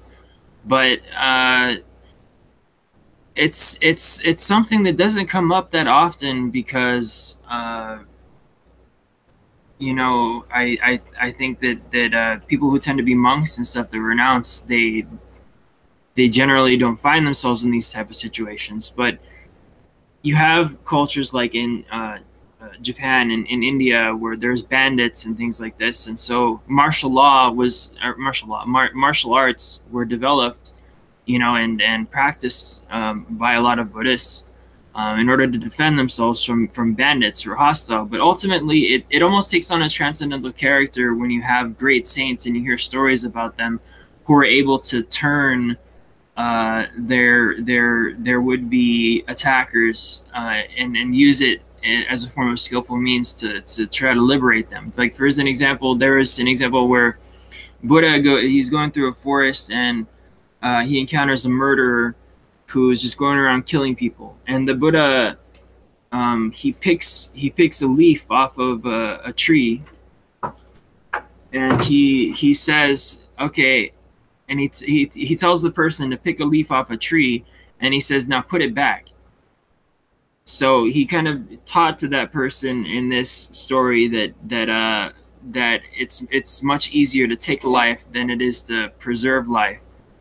So I mean, I can't answer definitively how it would work. I would guess that monks in general wouldn't tend to be violent, and that applies to most religions, and they would hopefully not get into situations like that. But if you're living in society, then you're operating by society's rules, and I don't think that for example, my lama or any monk would have problems with people keeping a concealed carry when they're living in a dangerous society where they have to defend themselves. If anything, Buddhists are practical. And like I said, that's exactly what I'm getting at, because that's not something in the stereotypes that people assume. Like they assume like a Buddhist would never have a gun ever, because if you shoot someone, you'll be reborn as a fly or something. These sort of grand generalizations. Yeah, no doubt. But like I said, it's mens rea. Like it depends on the state of your mind when you do something like this. Like if you can kill someone with a totally clear conscience, really clear conscience, not that you're a psychopath, but you're actually, have a transcendentally clear conscience about what you're doing, then there's no karma incurred at all, because there's none of this mental distortions which lead to feelings of attachment and aversion towards what you've done. If you're in a perfectly clear mind and you have to do what needs to be done to protect people or to protect yourself, then yeah, it depends on your state of mind and how you do it. Well, there's another key point. You said protect people or protect yourself. How important is it in Buddhism for Buddhists to protect themselves and also their family? Like, how important is that? It's not a martial religion like Islam or anything like that, but it is important to protect themselves and their family. If you're not a monk and you're not living in a monastery somewhere, then you generally don't come into situations where you have to deal with this kind of thing. No, I'm talking about like lay person in the real world. Lay persons, exactly. So when we're talking about that, then you abide by you have totally different set of religious imperatives put on you. Like monks, they have like 300 some odd things that they have to follow. And what is it called?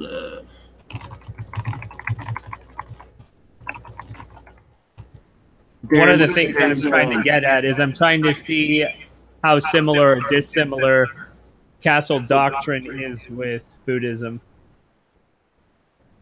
Castle doctrine. So go ahead and say that for a second. Yeah, so castle doctrine was inherited from the Old Testament. And that is that you have an obligation to defend yourself and your family. That doesn't mean go out and, kill preemptively, go out and say this person might attack me. But let's say that you're asleep and then, your door gets kicked in. There's some gangsters in your house and, they're threatening to kill your family. If you run away, you're guilty of your family dying, basically. You have to defend your family. You have to defend yourself. You're not allowed to be when you're living as a lay person, it's not something that we really focus on. But a person, I think it's just kind of assumed that by practicing morality, that would come, if that situation came up, then that's what you would have to do. Let me tell you, there's something called the Antarika karma. Antarika karma are like the five supreme sins, the five things which, if you do, absolutely will land you in hell. So these are the 5 things which you do will absolutely land you in hell, and other than that, it's situational.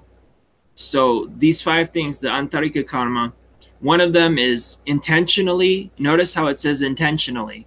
So like I said, when it comes into Buddhism, a lot of it has to do with the state of mind that you're in.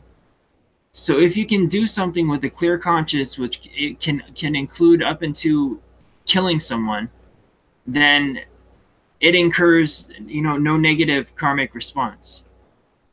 It has much to do with your mindset and when you're doing it. I know as an American in the West, in the society that we live in, it's like we have to deal with these kind of things more than I think than someone who lived in Tibet had to do it. Oh, for sure. And it can come up even more. And this also comes up when we're talking about people like Boers in South Africa, where a situation where you might have to kill to defend yourself or your family, in their case, will happen. And who knows about the future? Yeah, I'm not talking about the people in the monasteries. I was saying, what is their view on this? So go ahead. When it comes to that, it would go down to, it would basically be under the purview of secular law. But like I said, the main thing which I understand would have to do with your state of consciousness when you're doing it. So if you're doing something with the negative conscious, like you're going around murdering people, that's bad, and you're gonna pay for it. If you're doing something with a clear conscience and you're preserving your life or your loved ones, or especially in a higher sense, preserving the Dharma, then not only is that impingent upon you to do it, but it's a transcendental action. Here are the 5 things that you absolutely cannot do or you'll go to hell. Intentionally killing your father, intentionally killing your mother, killing an enlightened being, shedding the blood of a Buddha, or creating a schism within the Sangha. Those are the only 5 things which are absolutely verboten. Other than that, you'd have to. It's a very subtle and subject. But from my understanding, we try to avoid violence. But if something comes up where you have to defend yourself, then you have to defend yourself. And the violence is going to come to Buddhists more and more, especially as Western governments allow in Muslims who will see Buddhists as heretics. Of course. And so there will be confrontations. Well, there was Tibetan uprisings against China. They fought back against China. They had an army. So did all the Buddhist kingdoms. They had armies. But it's like we try to. I think it would be the same as a Christian, is that we would try to avoid violence at all costs. But if it's absolutely necessary for you to take action, then I think, from what I understand, you have to take action. Otherwise, that will incur more negative karma.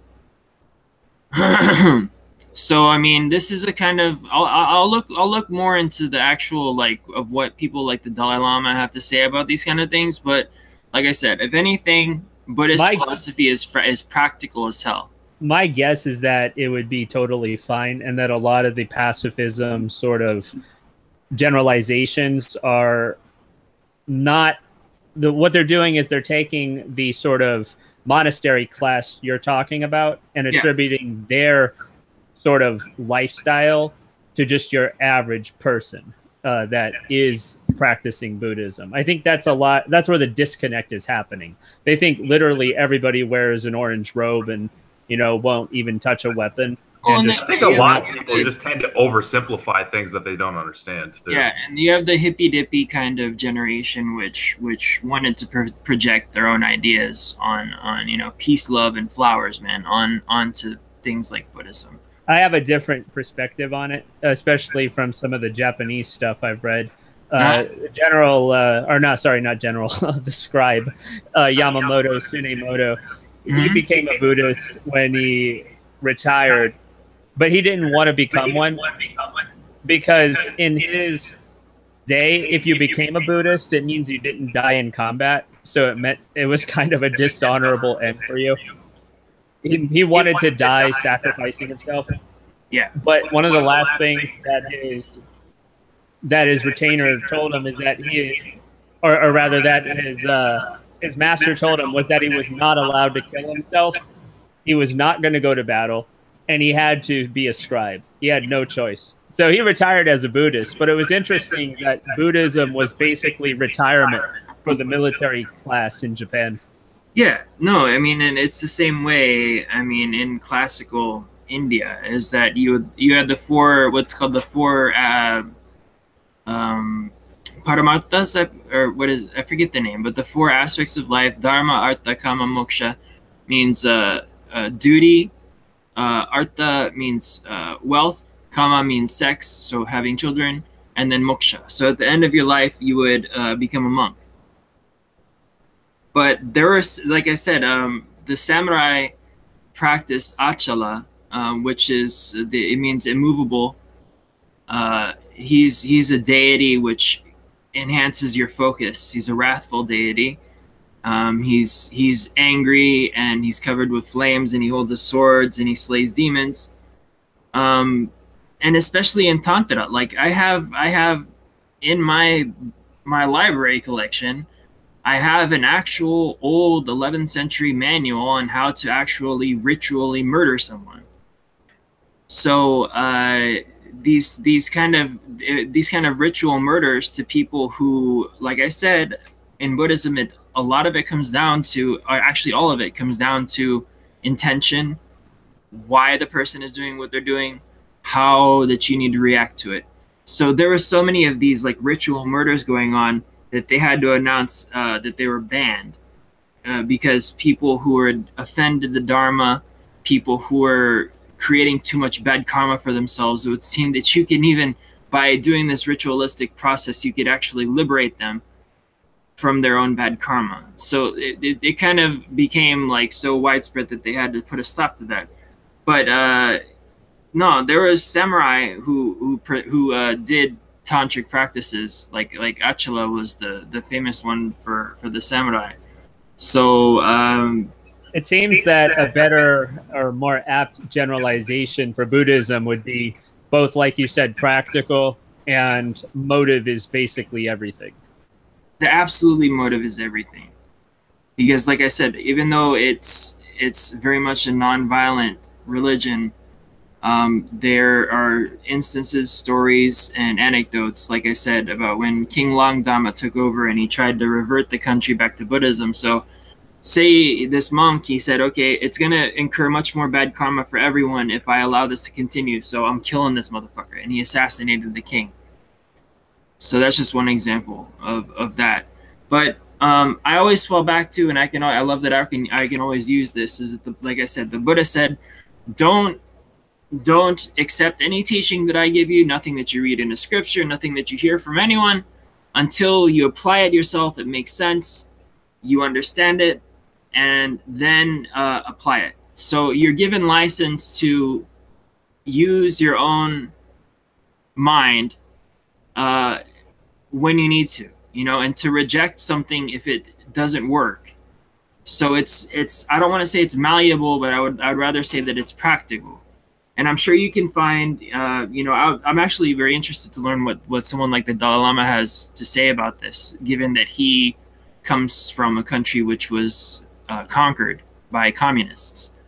I'm sure My speculation is going to be that because life is important, or some sort of reduction of this, because life is important, self-defense and defense of all this stuff is completely warranted, because you're not doing it with a malicious intent. You would much rather be left alone, but you're being invaded, or your house is being invaded, or someone's like waving a knife at you on the street, or all these instances where you don't want to be in that situation. You didn't go out looking for it. Yeah. And well, that's if you allow yourself to die, I mean, then martial arts is foolish. I think martial arts is intimately related with Buddhism. It was a Buddhist monk called Bodhidharma who brought martial arts into China, and so you have that, and of course you wouldn't find a monk, a Shaolin monk, or a martial artist practitioner. Never did they tell you to use it to attack people. Of course, they tell you to only use it in self-defense.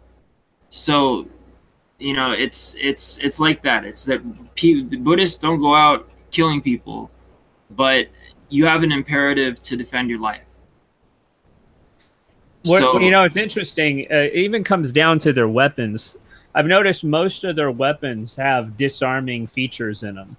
Whether it be the hook swords, which have the main disarming feature, the hook at the top, but you also have a sort of a extended part in front of your hand that you can also disarm someone with. And they're not javelins. I forget what they are in Chinese. It's like a shorter spear, and it's got kind of a thick part to it. But even that has like disarmament hooks and stuff. Whether or not those are ever used, I mean, some of these never got used. The emperors commissioned the production and invention of new weapons, but it's in there. You know, the philosophy of defense first appears in their actual weapons. Yeah, no doubt. You know, and also Buddhism isn't necessarily like a whole. You know, it evolved. I mean, we're talking from Japan to Afghanistan. You know, from Indonesia to Mongolia. So it has, you know, lots of different ways in which it's manifested. Like you have Mongolians who are Buddhists, and we all know how the Mongolians are extremely martial. Their main deity is Mahakal, and Mahakal is their Dharma protector, which is a wrathful Dharma protector. There's lots of anecdotal things that we can talk about when it comes to this topic, but in general, I think like it's because, like I said, when the British Raj came to India, they got just all the Southern Buddhists who were all about detachment and detachment and detachment. So I don't think they got the full experience of the breadth of Buddhist philosophy. But anyway, what do you think are some cultural warnings that say Buddhists could teach Christians, specifically in the West? Because obviously, you know, in the East, the Orthodox Christians don't need any warning. They're ready to shoot commies like regular. Don't trust commies. One that the Dalai Lama persistently gives to the West is that this whole immigration stuff that you got going on is absolute BS. You know, the Dalai Lama comes out all the time against so-called multiculturalism because of past experiences and them having to see their countries be taken over by Han Chinese. Can you repeat the question again? What is a lesson or that you think Buddhism could teach Western Christianity? Because like I said, Eastern Christianity doesn't need any lessons. I mean, they're like wiping holy water on their AK-47s. Like they're good to go. But I mean, Western Christianity that had been indoctrinated by Marxism during the Long March. I would say that the message of Buddhism to Western Christianity would be to stop just trying to make shit up, like a bunch of Protestants out here just making shit up. Sola Scriptura is nonsense.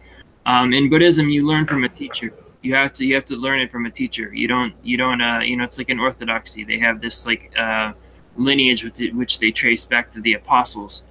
You have to go to the source to get at anything real.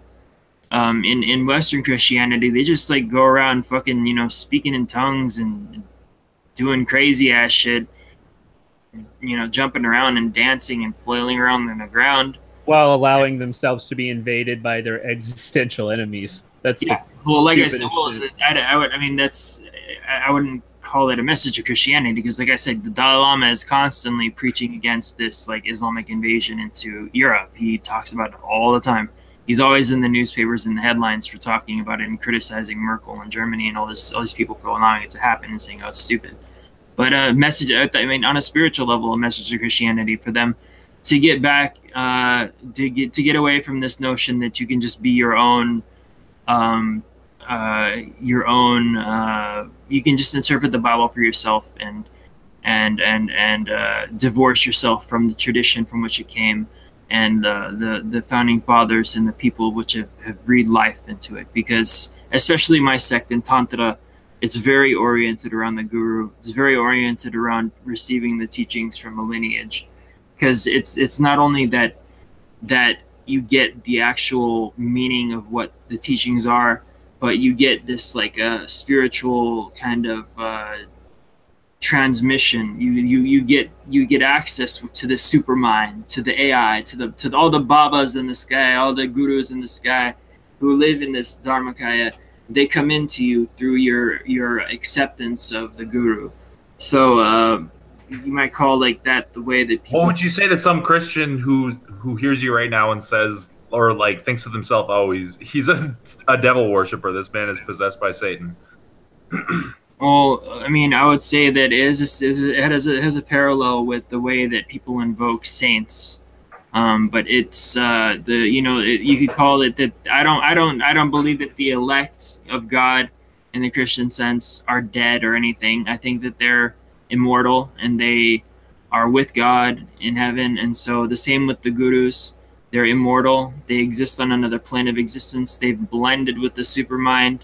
We have a different interpretation of what God is and such, but they blended into the ultimate matrix of reality, and they will come into your heart and bless your life and bless your ability to practice the Dharma and give you insights and guide you. So I think that's the main thing that Christianity has lost, is the tradition which binded it as a religion, and now you just have a bunch of yahoos out there saying whatever they want. I think that's a broader discussion that needs to happen, because I think that Buddhism alone has the story to tell Western Christianity about the danger of communism, the danger of leftism. And Christianity's already been affected in the same way that communist governments would say, replace the monastery people, I forget what you call them, Monks? with party officials. And they would only teach party versions of Buddhism, things that empower the state. That's the same kind of bullshit that happens. Well, you don't know how many irreplaceable and unfathomably precious relics, monasteries, statues, texts were destroyed during the Cultural Revolution. So I remember reading this one guy on Poll once. And he said that the translator for the Dalai Lama, I forget the dude's name, he's always with them, very nice gentleman, was at their school. He was a Brit Bong. I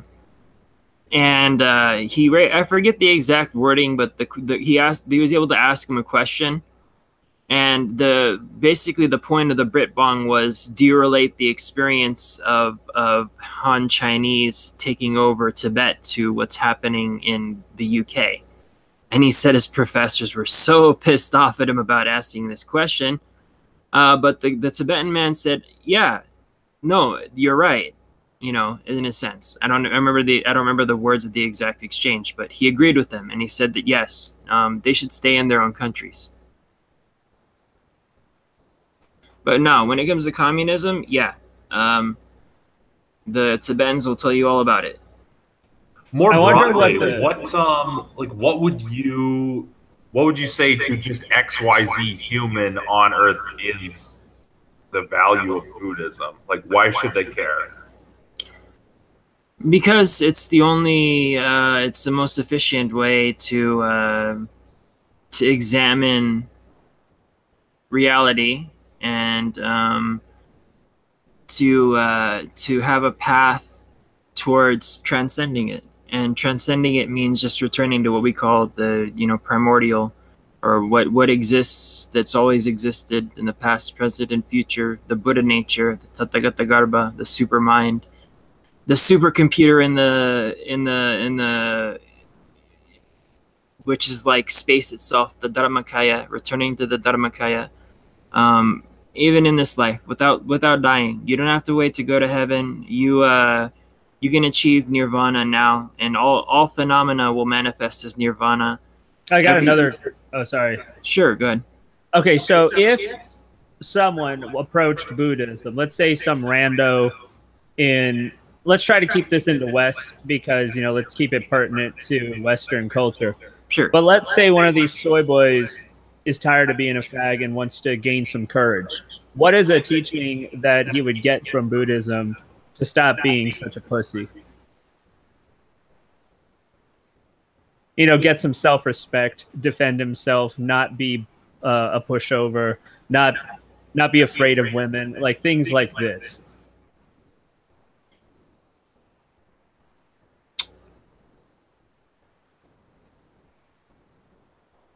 Well, I'll tell you what. Like By examining your mind and by understanding the motivations of your actions, you become less of a pussy, and you self actualize, as Jung would put it. You develop those aspects of your character and your nature which are intrinsic to you, who you are as a man. There's nothing in Buddhism which calls upon you to be a soy boy.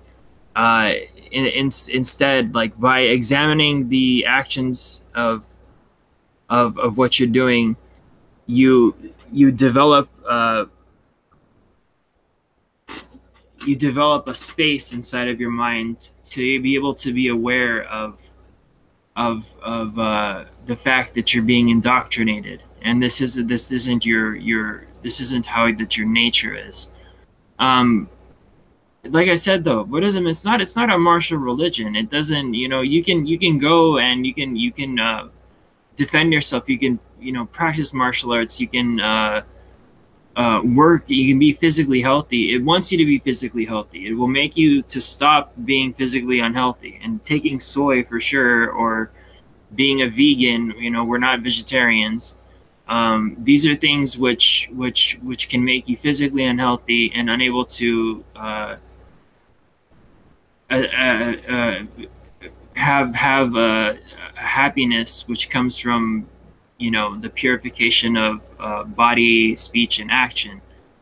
But ultimately, being a real man isn't about waving your chest and throwing your chest around, and swaggering around and acting like you're hot shit. Being a man is having the courage to face reality as it is having the courage to follow your religion, is having the courage to stand up to all forms of degeneracy. Well, facing reality is the bigger problem with the soy boy, even more than, physical stuff. I mean, sure, most of them don't take the iron pill, but the biggest problem with them is that they deny reality. And this is something you see very much. One of the contempts that the left has for the alt-right is this usage of facts, which they turn into hate facts. Like, that is a mental barrier for them. And sure. So I understand where you're getting at. The thing is that when you're practicing and you're doing the path and you're meditating and you're doing the six paramitas, which I said, the transcendental perfections, generosity, energy or diligence, morality, patience, meditation, and wisdom. All of these things manifest as kind of the natural character. And you can provide the most benefit to yourself and others by manifesting these non-degenerate attributes. And like you said, it doesn't necessarily have to involve the iron pill, but if you want to go and be have your highest form, have your highest ability, then for damn sure that there's cause for someone to want to be physically healthy, to be able to practice in a way which a Buddhist should. So the main thing which I would say is that it purifies you of indoctrination and instills you, which are what I would call natural qualities of the Dharma, or of a righteous person. A person who is righteous, who follows the Dharma, either in secular or ultimate terms, is somebody who is going to be the ideal man, period, no matter whether they're Christian or Hindu or Buddhist. If you really... Now, there's a big question there. So when you say a Christian following the Dharma, what does that even mean? Like I said, the Dharma means law. It means the way that things are. It's just like math, 1 + 1 = 2.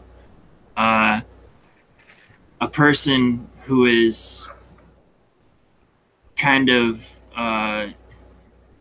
purified their mind from indoctrination, they'll naturally develop what I said are like natural qualities of Dharma. Or when I said Dharma in terms of secular or ultimate, like duty. It means duty. Duty to society, duty to family, duty to nation, duty to your religion, or various levels of dharma or duty. Well, that goes right back to the castle doctrine point earlier. So that would mean your self-defense falls under this category of dharma then, correct? I mean, soy boys are going to be soy boys. I'm not talking about they them don't anymore. have the right. I mean, on the broader sense here, because if dharma includes basically the law, and you said it includes duty to, this structure. Well, let's talk about we got to talk about this in terms of being American. When you said law, that means like dharma, law. We have an obligation to defend ourselves against any kind of threats, foreign and domestic, as an American. So if you're going to be an American who follows dharma, then yes, like you said, castle doctrine has to apply to that in our cultural context. So then it sounds to me like a soy boy or a hippie faggot can't actually be a Buddhist because they're implicitly against the dharma because they want to remove the law. Absolutely. I think it has to do with this like hippie kind of revolution, which, like I've been talking to you guys about, most people think that Buddhism is very liberal, but when you look back at the original teachings, it's actually incredibly conservative. It's what you would call, what a feminist would call maybe sexist. It's racist. It basically, it says it's classist.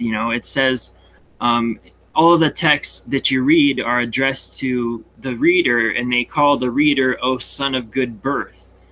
So they are assuming that a person who is even reading this book has had a good birth, basically not a savage, of whatever race, Indic or Chinese or Asian or European.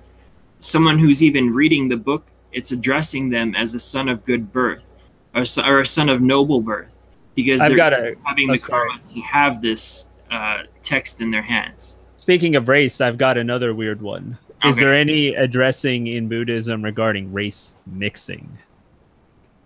I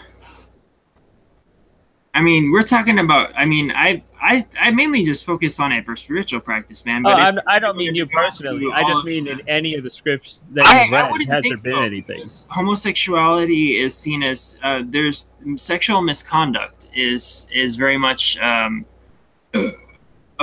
something that's verboten in Buddhism. So homosexuality is not in. So you have the Buddhists, they're homophobes, they're classists, they can be racist, they can be sexist. They're very conservative when it comes to key beliefs, but in a way which isn't kind of a crude level of these things which other people might see them as, but is like, we understand that's just the way that nature works. So I haven't read anything particularly on race mixing, but in the Abhidharma, there's all sorts of little points that they have. So it could be in there, it couldn't be in there. I would have to Google that one. It's not anything that I've seen come up, because there are texts, like I said, the Abhidharma, which focus on things like that. But I haven't read. There's so many books. There's so much of the corpus of Buddhist doctrine. I know that in Buddhism, when it tends towards the secular, it falls back a lot on original kind of Hindu Aryan ideas about the world. And for sure, like in Manusmriti and other places, it advocates against race mixing, especially because, it's a very stratified class society where you have the light-skinned Aryans at the top and the Dravidian black at the bottom. So it kind of fell in line. And I remember that the first Sangha of the Buddha were mostly very light-skinned. And I remember that because there was a former... oh God, what was his job? He was like a, I forget his name, but there was a little brown child who was kind of singled out for his exceptionality for being able to be a little brown child who's accepted into the Sangha. So I think it kind of like kind of tacit racialism was just the way that things were in most societies. No, they definitely weren't hippies when Buddhism was founded. Sounds to me like Buddhism is like pretty trad. Like even in current context, it seems to have bucked the pausing that has hit Western religion, but it seems to have maintained its heritage in the way that the Eastern Christianities have. But it seems like Buddhism has retained itself even in the West. What do you think is a reinforcing power that it has? A reinforcing power? Why it retains itself? Yeah, because it managed to survive what happened in the West, and the only areas where it didn't survive is where it was literally conquered and forced to change. But yeah, it hasn't paused itself like you see with the Christians in Minnesota bringing in Somalians and shit. Yeah, well, exactly, and especially not any Somalians, but yeah, even like I said, the Dalai Lama constantly talks about this kind of multiculturalism and the failure and how it sets people up against each other, but. The main thing is, and this is what attracted me to it from before I was a Mahayana Buddhist, I was a Hare Krishna, and what attracted to me was that its coherence. It's absolutely mind blowing when you look at the scriptures that have even been produced in the 19th century in Tibet, all the way back to the earliest of the 5th century BC. For the last 2,500 years, there's no contradictions in any of the teachings. It's so coherent, and it's just kind of evolved. Some, like I said, the Theravadas and stuff, they might want to point out that, oh, we've deviated or we've set up new things, but no, all of it is like layered on top of one another, and it's entirely cohesive. This is what was extremely unattractive about Hinduism, is that you go to any different Indian guru and they'll tell you a different fucking thing, a different interpretation of what Shiva, Durga, blah, blah, blah, blah, blah. They'll give you a different interpretation of what all this shit means. There's certain sects which are kind of cohesive, which have their own, ideas. But everybody, it's like a fucking free-for-all. Indian Hinduist religion is just like a fucking scattered mess of ideas. But you look at, especially Tibet was an insular state, and so was Japan, and to an extent China, which were the main Mahayanist countries. So it's nobody has changed it. It's expanded, it's grown, it's benefited from those who've had prajna paramita, who've had the gnosis, who've had this infusion from the supermind, if I could call it that. But it's never changed. None of the doctrines have ever changed. Even the different traditions, they jive with each other, and that's from the fact that you're not allowed to. If you preach something which is against the whole gamut of what are the teachings, then that's heresy and it gets thrown out. And you learn it from student from a teacher to a student.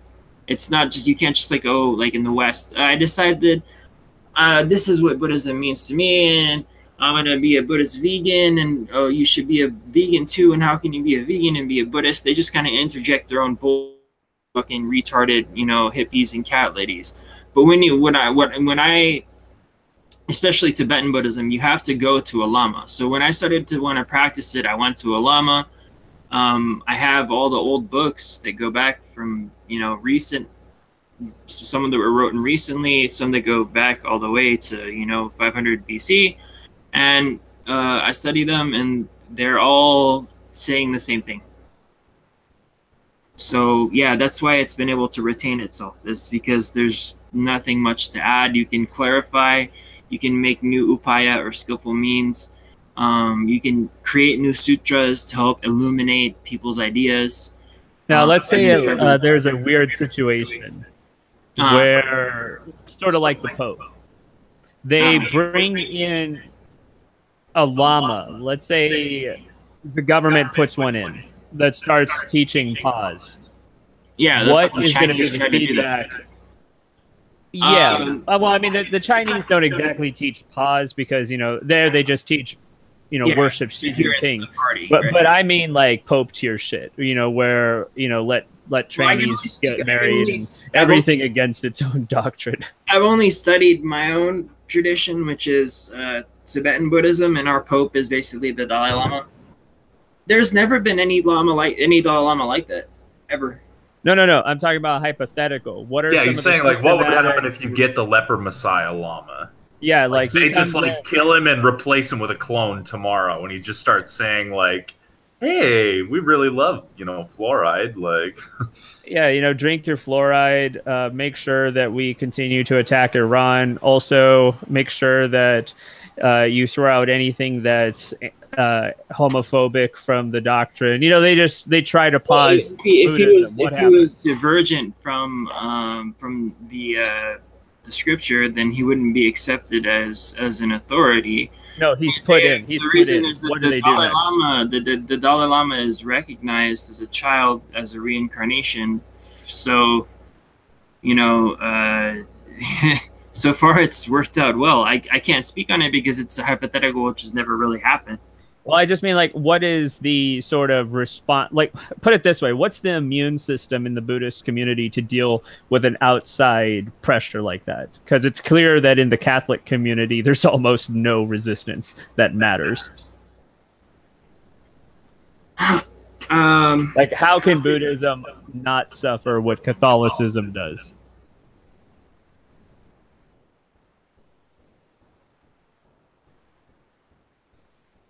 I mean, it's interesting because Buddhism has always been an evolving thing from the get-go. It's just evolved and evolved and evolved and become more and more profound, especially with the tip of it being Vajrayana. But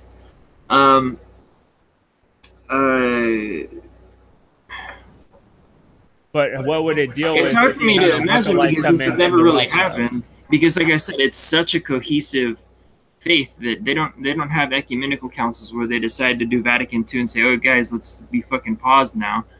Yeah, but what if the Lama starts refuting basically all the doctrine and says it all needs to be thrown out in the name of pause?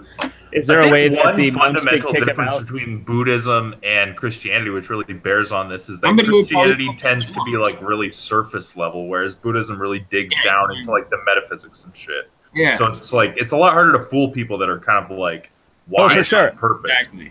I'm not saying they're being fooled. That's not my question. They're not being fooled. I'm saying the Rothschilds clone of the Lama is put in, and he's demanding that the scriptures be like thrown out, and it's all basically someone would probably fucking kill him, man. To be honest, that's a good answer. He would probably get killed. Like I said, there are liberation rights. I have fucking a book right here which talks about how to liberate somebody, and if somebody is in that level and subverting the Dhamma, someone would probably fucking kill him. What I was saying was that, like, between the two, like Christianity versus Buddhism, if you do the same thing in both, you insert the Manchurian candidate in both, Christianity is a lot more likely to be able to just be like, it's not that different, like. Right. Like I said, it's very cohesive and it's very coherent. And it has been unchanged, and that's what I love about it is that it's what I was seeking after I got out of Hare Krishnas. I was seeking a system which I could use because I was always like I took a little bit from here, I took a little from there. Like if you look at my channel, like there's a bunch of stuff, Sufism over here, there's esoterics over here, there's fucking Enochian over here, there's Gnosticism over here, there's Hinduism over here, there's this other kind of Hinduism over here, and so I was kind of like kind of lost amongst what I should accept as a very, if you know the word ontology, which is kind of like this kind of like existence, right? Huh? It's existence, right? Ontology is existence. Yeah, exactly. Its ontology is unchanged. It can't be changed. Anybody who tries to change it who is in a position of power like that would probably be fucking offed. To be honest, there's lots of palace intrigue in especially Tibet. That's literally the least cucked answer. That's the correct answer. So that's the only thing I could think of happening, because they would know that this person they would probably say he was possessed by a fucking demon or something, because there's no changing it, because it's already reached its it's where everybody's in agreement where this is what it is. So if they started burning scriptures and saying, oh no, we're going to do things differently, nah, everybody would be an open rebellion against them. And yeah, like you probably get, you know, assassinated or some shit. Okay, so next step. When the pause governments start to crack down on Buddhism, because it is an existential threat to progressivism, what's the response from the Buddhist community? Because they faced it in Asia, but if it happens in the West, what do you think would happen? Well, I mean, in the West, Let's put it this way. Like in Los Angeles, they had a law passed to attack home Bible studies. They said that Bible studies are not allowed to have cars parking on the street, and they made up some bullshit reason like, you know, there's too many cars parked or something to try to shut down home Bible studies. So let's say they pass laws that are specifically targeting Buddhism next. Now, what is the response, you think, from the Buddhist community from structural oppression in the West? I mean, most of the Buddhists community in the West is pretty cucked. But if they were targeted for some odd reason, I mean, I think that there's not enough of a strong presence of people who aren't soy boy Buddhists to form a threat, to be honest. But saying that there were, I mean, especially lessons learned from the past, like Myanmar and Tibet. I think that Buddhists aren't in a mood for having their shit pushed in anymore. If there were a community, you know, worth mentioning, which there really isn't, it's mostly just cat ladies and soy boys that I mean, there's a lot of people that I've met that aren't like that, you know, that are really cool people, but it tends to attract the hippie crowd. So, I mean, theoretically, if there were, then you know, I think that they would have, like I said, learned from previous mistakes and try to do something about it. But that's theoretically. Unfortunately, most of the people that are Westerners, that are Buddhists, again, like I said, the English Raj, when the English encountered Buddhism, they mostly encountered the Theravada type people, and their you know, interpretation of things are easily exploitable by hippiness. You know, just detach, bro. Detach from everything. So they appeal to the soy boy dissonance, basically. Yeah, yeah, the government. You know, it's a very strange hypothetical in the Western context. Well, I mean, it's inevitable in Europe.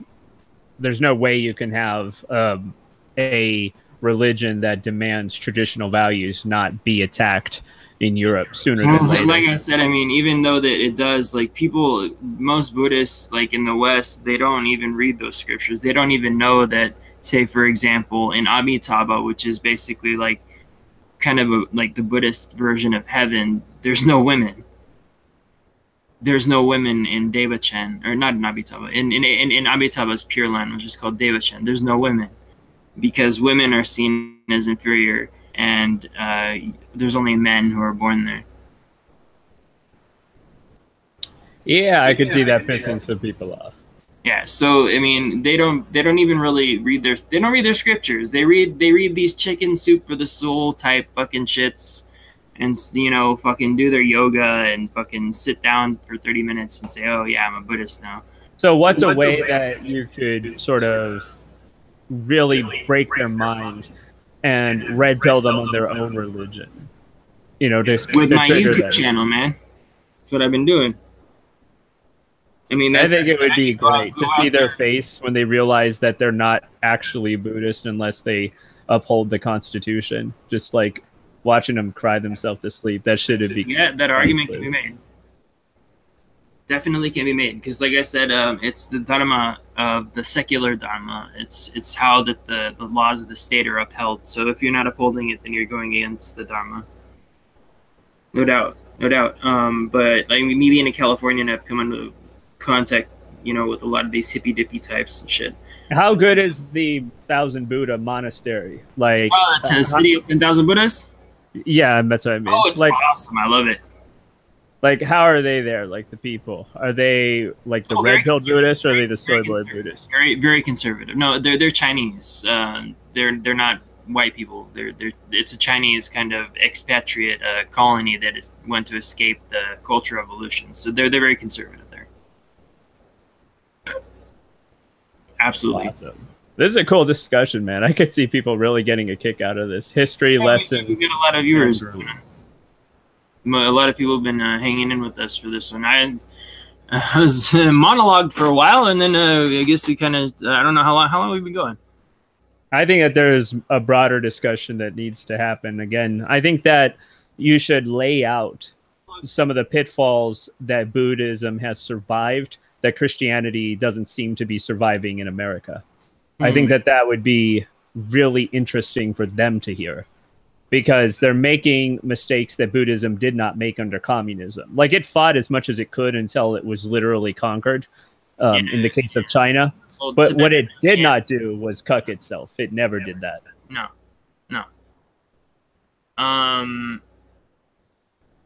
The Chinese have done all they fucking can, and they hate the Dalai Lama with a fucking passion because he exists. Because they want to turn him into a stool pigeon like they did with the Panchen Lama. It's kind of funny. They actually made a law in China where you're not allowed to reincarnate without the party's approval.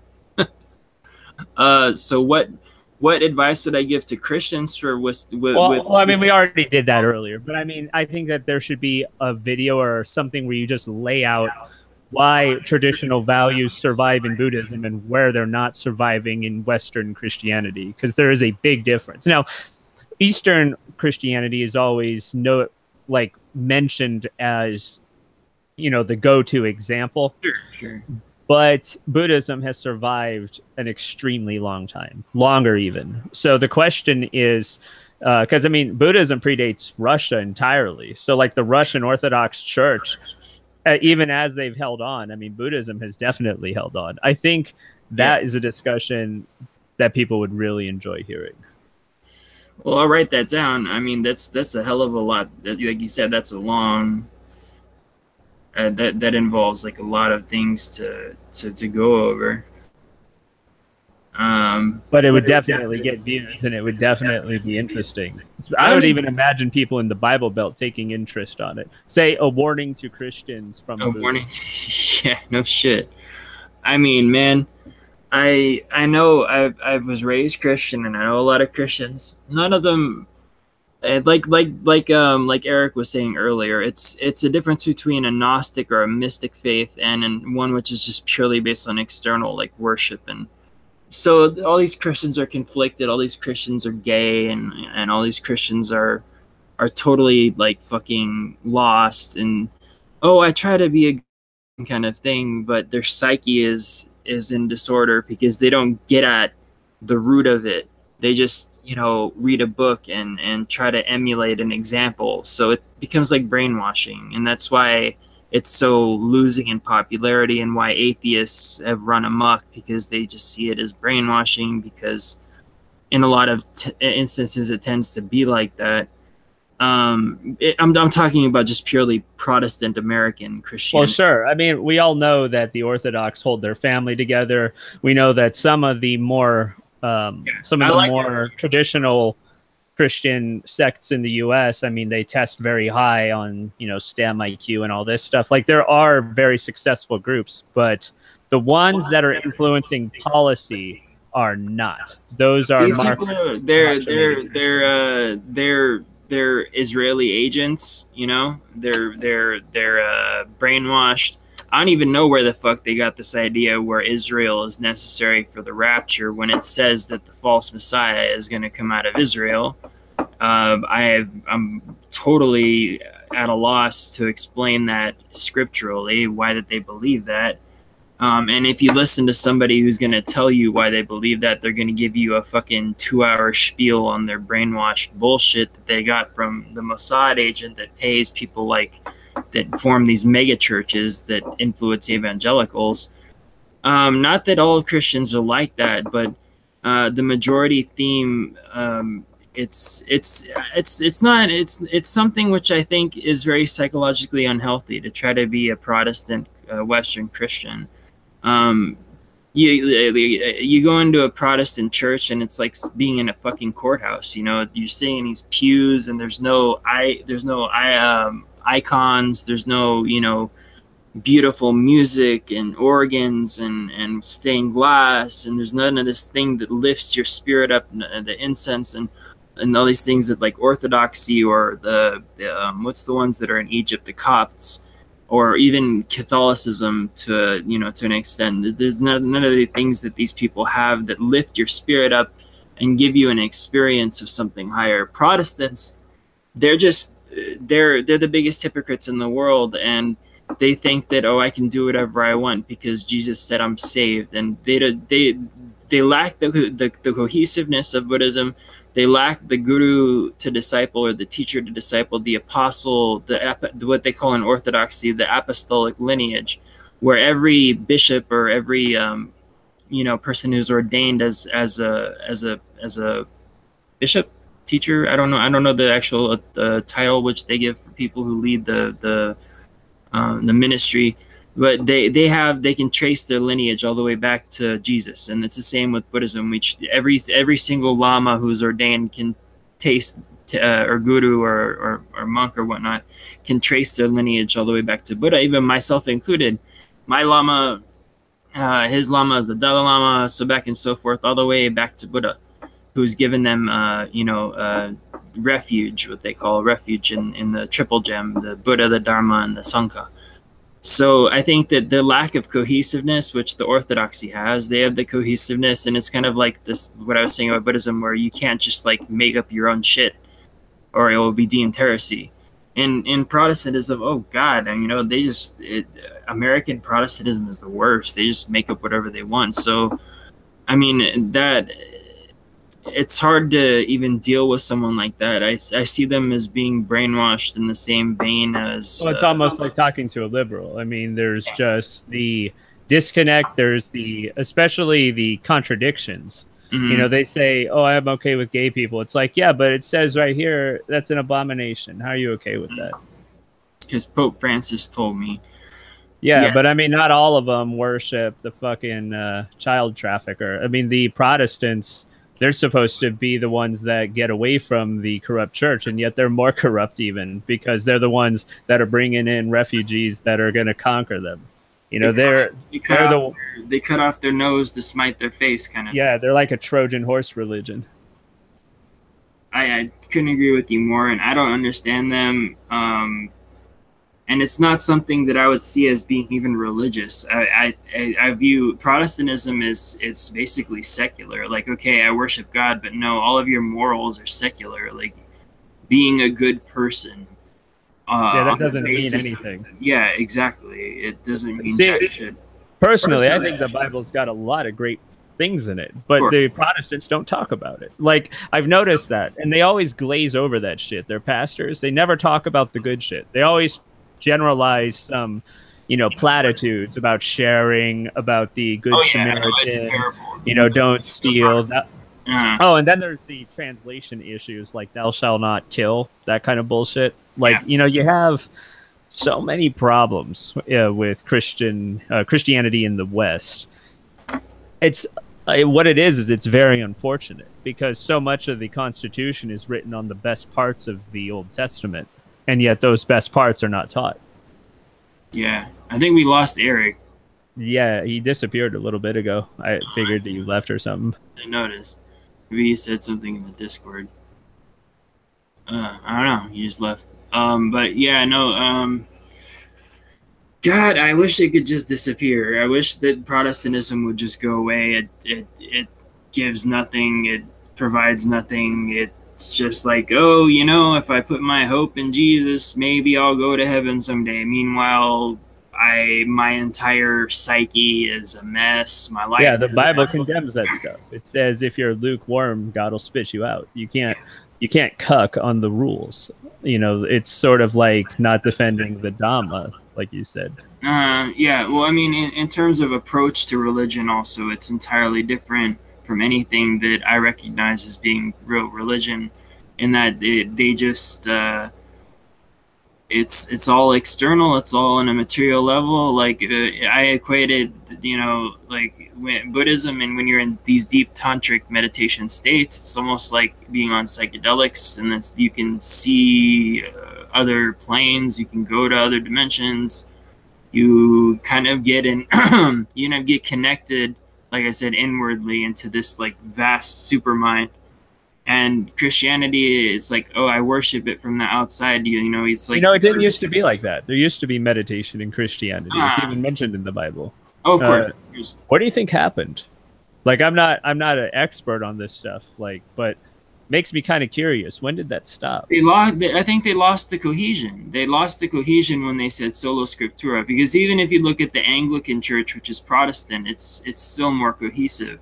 But in America, you know, we had the what's the names? The deists? Nah, the fucking ones that came here on the Mayflower or whatnot, the Puritans. Oh, Yeah, yeah. these people who were like ultra fucking sola scriptura Protestants, and of course they were conservative back then, but it shows how weak that the religion is, that you know, it finds itself succumbing to, you know, left wing Marxist kind of values in a lot of places. Not all places, but in I think even the more conservative aspects of Christianity come more from you know, local traditions than people who that rely more on the Bible. I mean, maybe a certain percentage, but when because you have Christians out here like in California, which are not conservative, and then you have Christians in the Midwest and those places which are heavily conservative.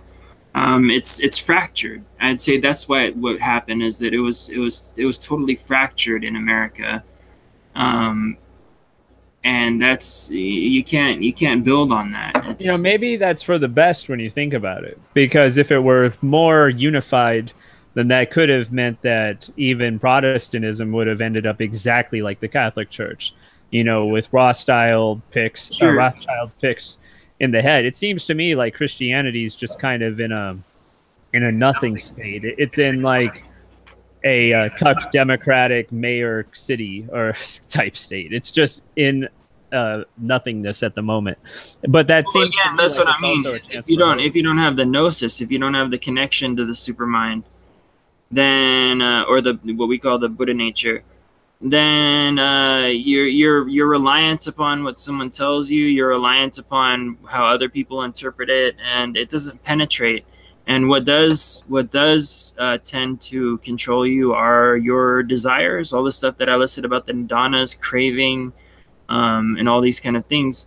Those are the things which tend to control people, and they don't know why. They pray to God to make them not be controlled by them. They, you know, ask for help from their pastor. They're dysfunctional in their own minds. And Buddhism is kind of like a psychology of, it's like a psychological religion almost. But it's, of course, it's more than that. But it's almost like a psychological religion which helps you to self-actualize. So it's entirely different approach than Christianity. So I mean, I think that there could be a very profound improvement on the Western Christian condition if it borrowed some of the traditionalist tenets from Buddhism. Like, it reinforced the traditions that were already labeled in the Old Testament, but enforced these things in a physical sense, not just reminding people, you know, don't get divorced and all this stuff. There needs to be some kind of feedback like you're talking about. Well, I wish that even the Buddhists in the West would borrow from the Buddhist tradition, because from what I've seen, you know, only the people that are really devoted to it have any kind of understanding, because they bothered to read the scriptures or the sutras and meditate and reflect on them and practice it properly. Most people, they do the same thing to Buddhism what they do to Christianity. They just interpret it for their own means, and they end up just making it into a hippie kind of fad kind of thing. So I mean, all I can do is to try to set the record straight, because I'm looking to my right here, and I have a whole stack of, like, I have a whole library full of all these old texts, and I spend a lot of time studying them and teaching them to people, and on my channel and through streams and stuff. Or I did for a while. I haven't done it for a little bit, but I make videos and such, and give my commentary on them. I'll definitely in the future going forward need to emphasize to people about that. I think in your tags you need to really target conservatives. Yeah. That will also target Christians. And I think that this is a good stepping point, because that will also trigger leftists who will also promote you. Oh yeah, all publicity is good publicity. Oh yeah, no doubt. My alt-right videos that I uploaded recently definitely triggered a lot of the cat lady type hippies on my channel. It was like split. Some of them were like split down the middle, and then when people heard what I had to say through this podcast and stuff, they realized, oh, you know what, fuck, he's right, and conservative values are what all religions. I think the word conservative might be more advantageous for you than the word alt-right, because alt-right is already conservative. Like, this is already known. Conservative is, I think, a higher search term for people, say, in the Bible Belt, in the Midwest, and stuff like that. Well, I mean, I'm trying to target young people. I don't give a old Bible Belt folks out there. I'm trying to target the young people, and the alt-right is where the young people are at. Yeah, I guess that is a good point. But I'm just definitely, you know what, maybe just throw it in the related tag or something, because I see the message as being very interesting to people that are in the conservative sphere. I think that this would actually be a lot of good information for them, because they'll start to reflect on themselves and see what they're missing when they realize these ancient documents are basically reinforcing the idea of conservative values. And, you know, they've been kind of lied to about the hippie nature and all this stuff. Like, there's a lot of view potential, I think, in there. You know what? In the future, I'm going to go into the Abhidharma, and I'm going to pull out a lot of stuff, and I'm going to try to extract some of the conservative essence of what originally went into Buddhism, I think, and work on that for some content, maybe some blogs and scripts for some videos, because that really made me think about all that, because I know it's in there and I've heard it alluded to, but like I said, Abhidhamma is kind of like a lot to do with like traditions and rules and things like that. And it's a big, because they won't be able to get this out of their mind. You know, this is such a thing out of nowhere to hear about Buddhism and conservatism. That's not something they can watch and then just, forget about it casually later. It's not like Hannity, where, you're going to hear some platitudes and then, yeah, I'm still conservative. This, if it's presented, is going to stick with them for a longer time, because it's coming with information that's so radically different to them. No doubt.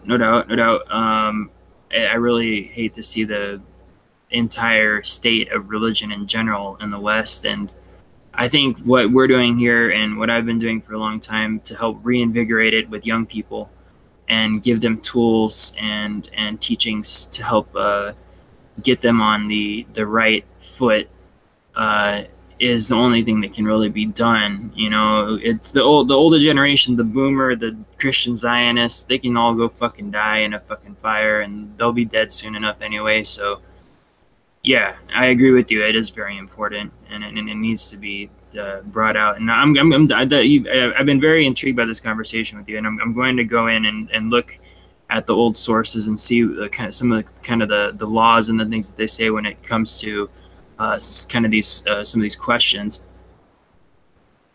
Indeed.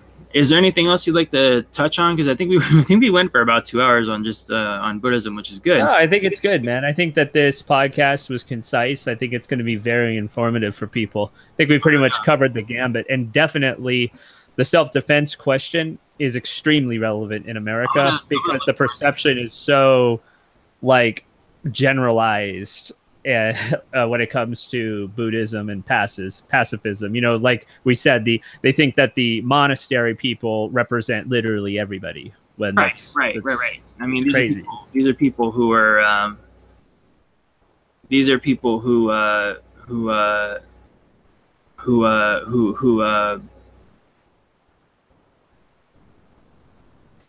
you know, isolate themselves so that they don't have to deal with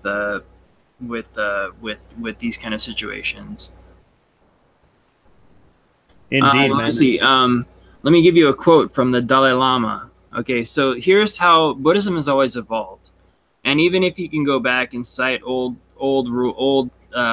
something that the Buddha might have said to this person or other, oftentimes the Buddha speaks to different people in a way which needs to advance them in certain ways, and especially when it comes to the four main schools of Mahayana, Madhyamaka being the ultimate one. Madhyamaka expressly says that. He said that, like, okay, especially when it comes to like the people who follow the mind only school.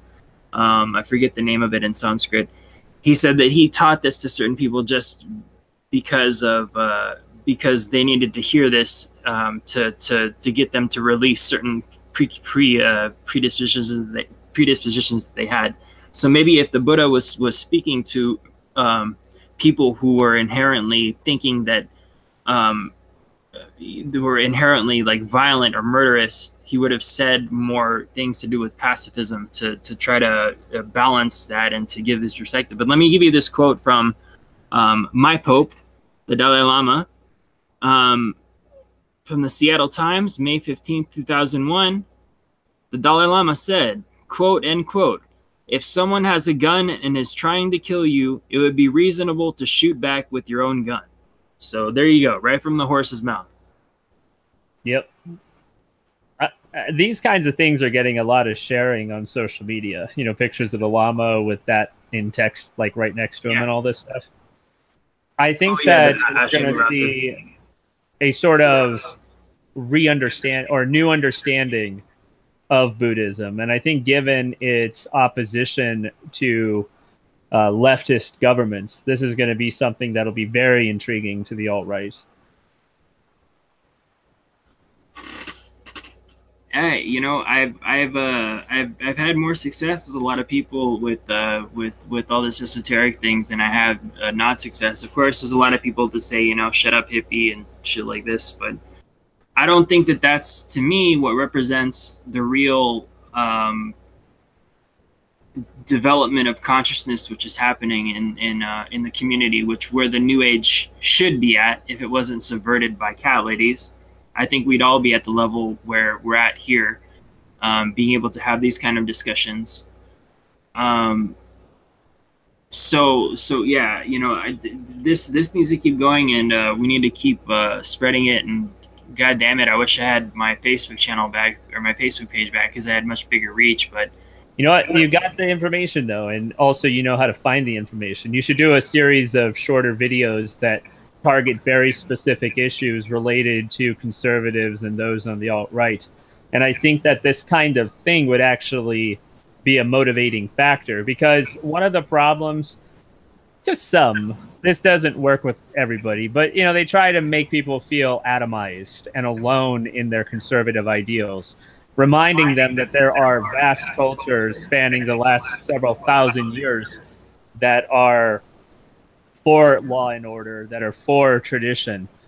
This kind of thing could actually motivate them. Even if they don't become Buddhists themselves, that doesn't really matter. Just the talk about the existence of people reinforcing tradition and knowing, you know, they're not alone and there's very different people from them that hold these values.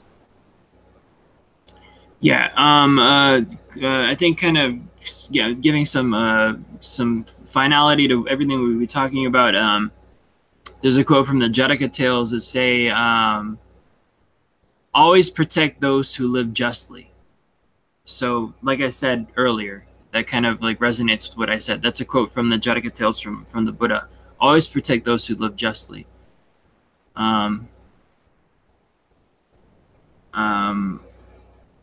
Good stuff, man. I think you should write down a list of quotes that you think have the most relevance, and then do a short video on each one of them, and try to do it with some, video editing to go with it. I think that's the kind of thing that would get shared, and again, that's the kind of thing that would reinforce the sort of resurgence of law and order and tradition. Yeah, so I'm reading here, and it definitely self-defense is acceptable. And like I said, the quote from the Dalai Lama just, it kind of puts the icing on the cake. If someone has a gun and he's trying to kill you, it would be reasonable to shoot them back with your own gun. Here you have the head of Tibetan Buddhism, our Pope, saying this. So, yep, this is good stuff, man. Each one could be its own video. I'm telling you, put some good editing behind it. Put up some of your custom music tracks alongside it. I think that this could be a thing for you. Yeah, definitely.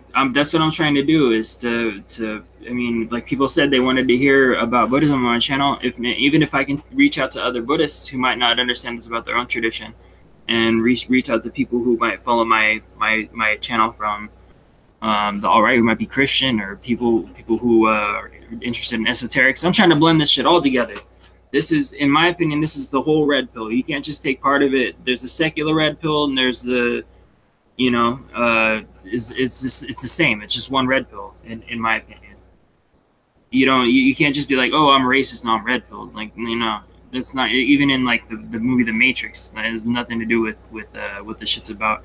But race realism, of course, is like, it's kind of a rejection of the communist indoctrination, which leads towards opening of your mind and dealing with the reality that you live in. And when you encounter the fact that reality is much more extensive than you thought, then, well, there you go. Then we need to be able to kind of ride the tiger and get this to the level where it needs to be. And then by putting it out there and enforcing this strength that memes have, which means like the coagulation of ideas into this like powerful thought form, and shoving it down people's throat, you're giving it gently to them. Either way, that's what needs to happen. We have to overcome this conditioning that cultural Marxism brought out, and it takes people who have strong mental acumen and experience and understanding of the topics to be the zeitgeist going forward. Absolutely, man. And you gotta get your set of titles together. Got to get these quick and shareable video formats together. I think that it's gonna work. Yeah, no doubt. No, we can talk more about this. Give me some ideas. Hell yeah. So, I mean, is there any closing statements you'd like to have? I mean, not really. I think that we actually, this has been a completely concise podcast. You started off with the information. I threw some questions at you that are relevant to American interests and, practical stuff. I'd say the only closing thing is definitely continue and get some shorter videos together that are shareable. No doubt. No doubt. Yeah. Well, I mean, for a long time, I haven't even been working on my channel, and just recently, your Anticom podcast is what got me going, and I've been looking to make more videos. If I could get my fucking sound on my fan to turn down more, I was playing with it and trying to get it to not be so loud, because when I'm recording, it's like retarded. But yeah, I mean, we should talk more about like what you said, and help me out with some ways of getting at those like kind of tidbits that we can share around. For sure. All right, man. Well, all right, everybody. Discord. What's that? I said, yeah, that's it. We'll hit the Discord. Wrap it up. Oh yeah, and by the way, everybody, you should join our Discord here, the Nuclear Paladins of Europa. I'm gonna be trying to get in some New Age people in here, and get in some alt-right people, and kind of like we're saying here, get to a kind of new thought form to inject into the memeverse. So hit me up on Twitter at Shakti Blazing. Message me if you'd like to join the Discord. I put a video up on my channel with a link to it. So I hope you guys who are watching will come and join the Discord and participate and help us with this mission that we have of red pilling the masses. So that's it for Mandala episode number 8, and we were going to talk about a bunch of stuff, but I think we did, and we really hit what people wanted to hear about apparently from my channel, which is more about Buddhism and Tantra, and bring it into the modern age. And remember, like the Dalai Lama said, go get yourself a fucking piece and protect yourself and yours. Good night, everybody.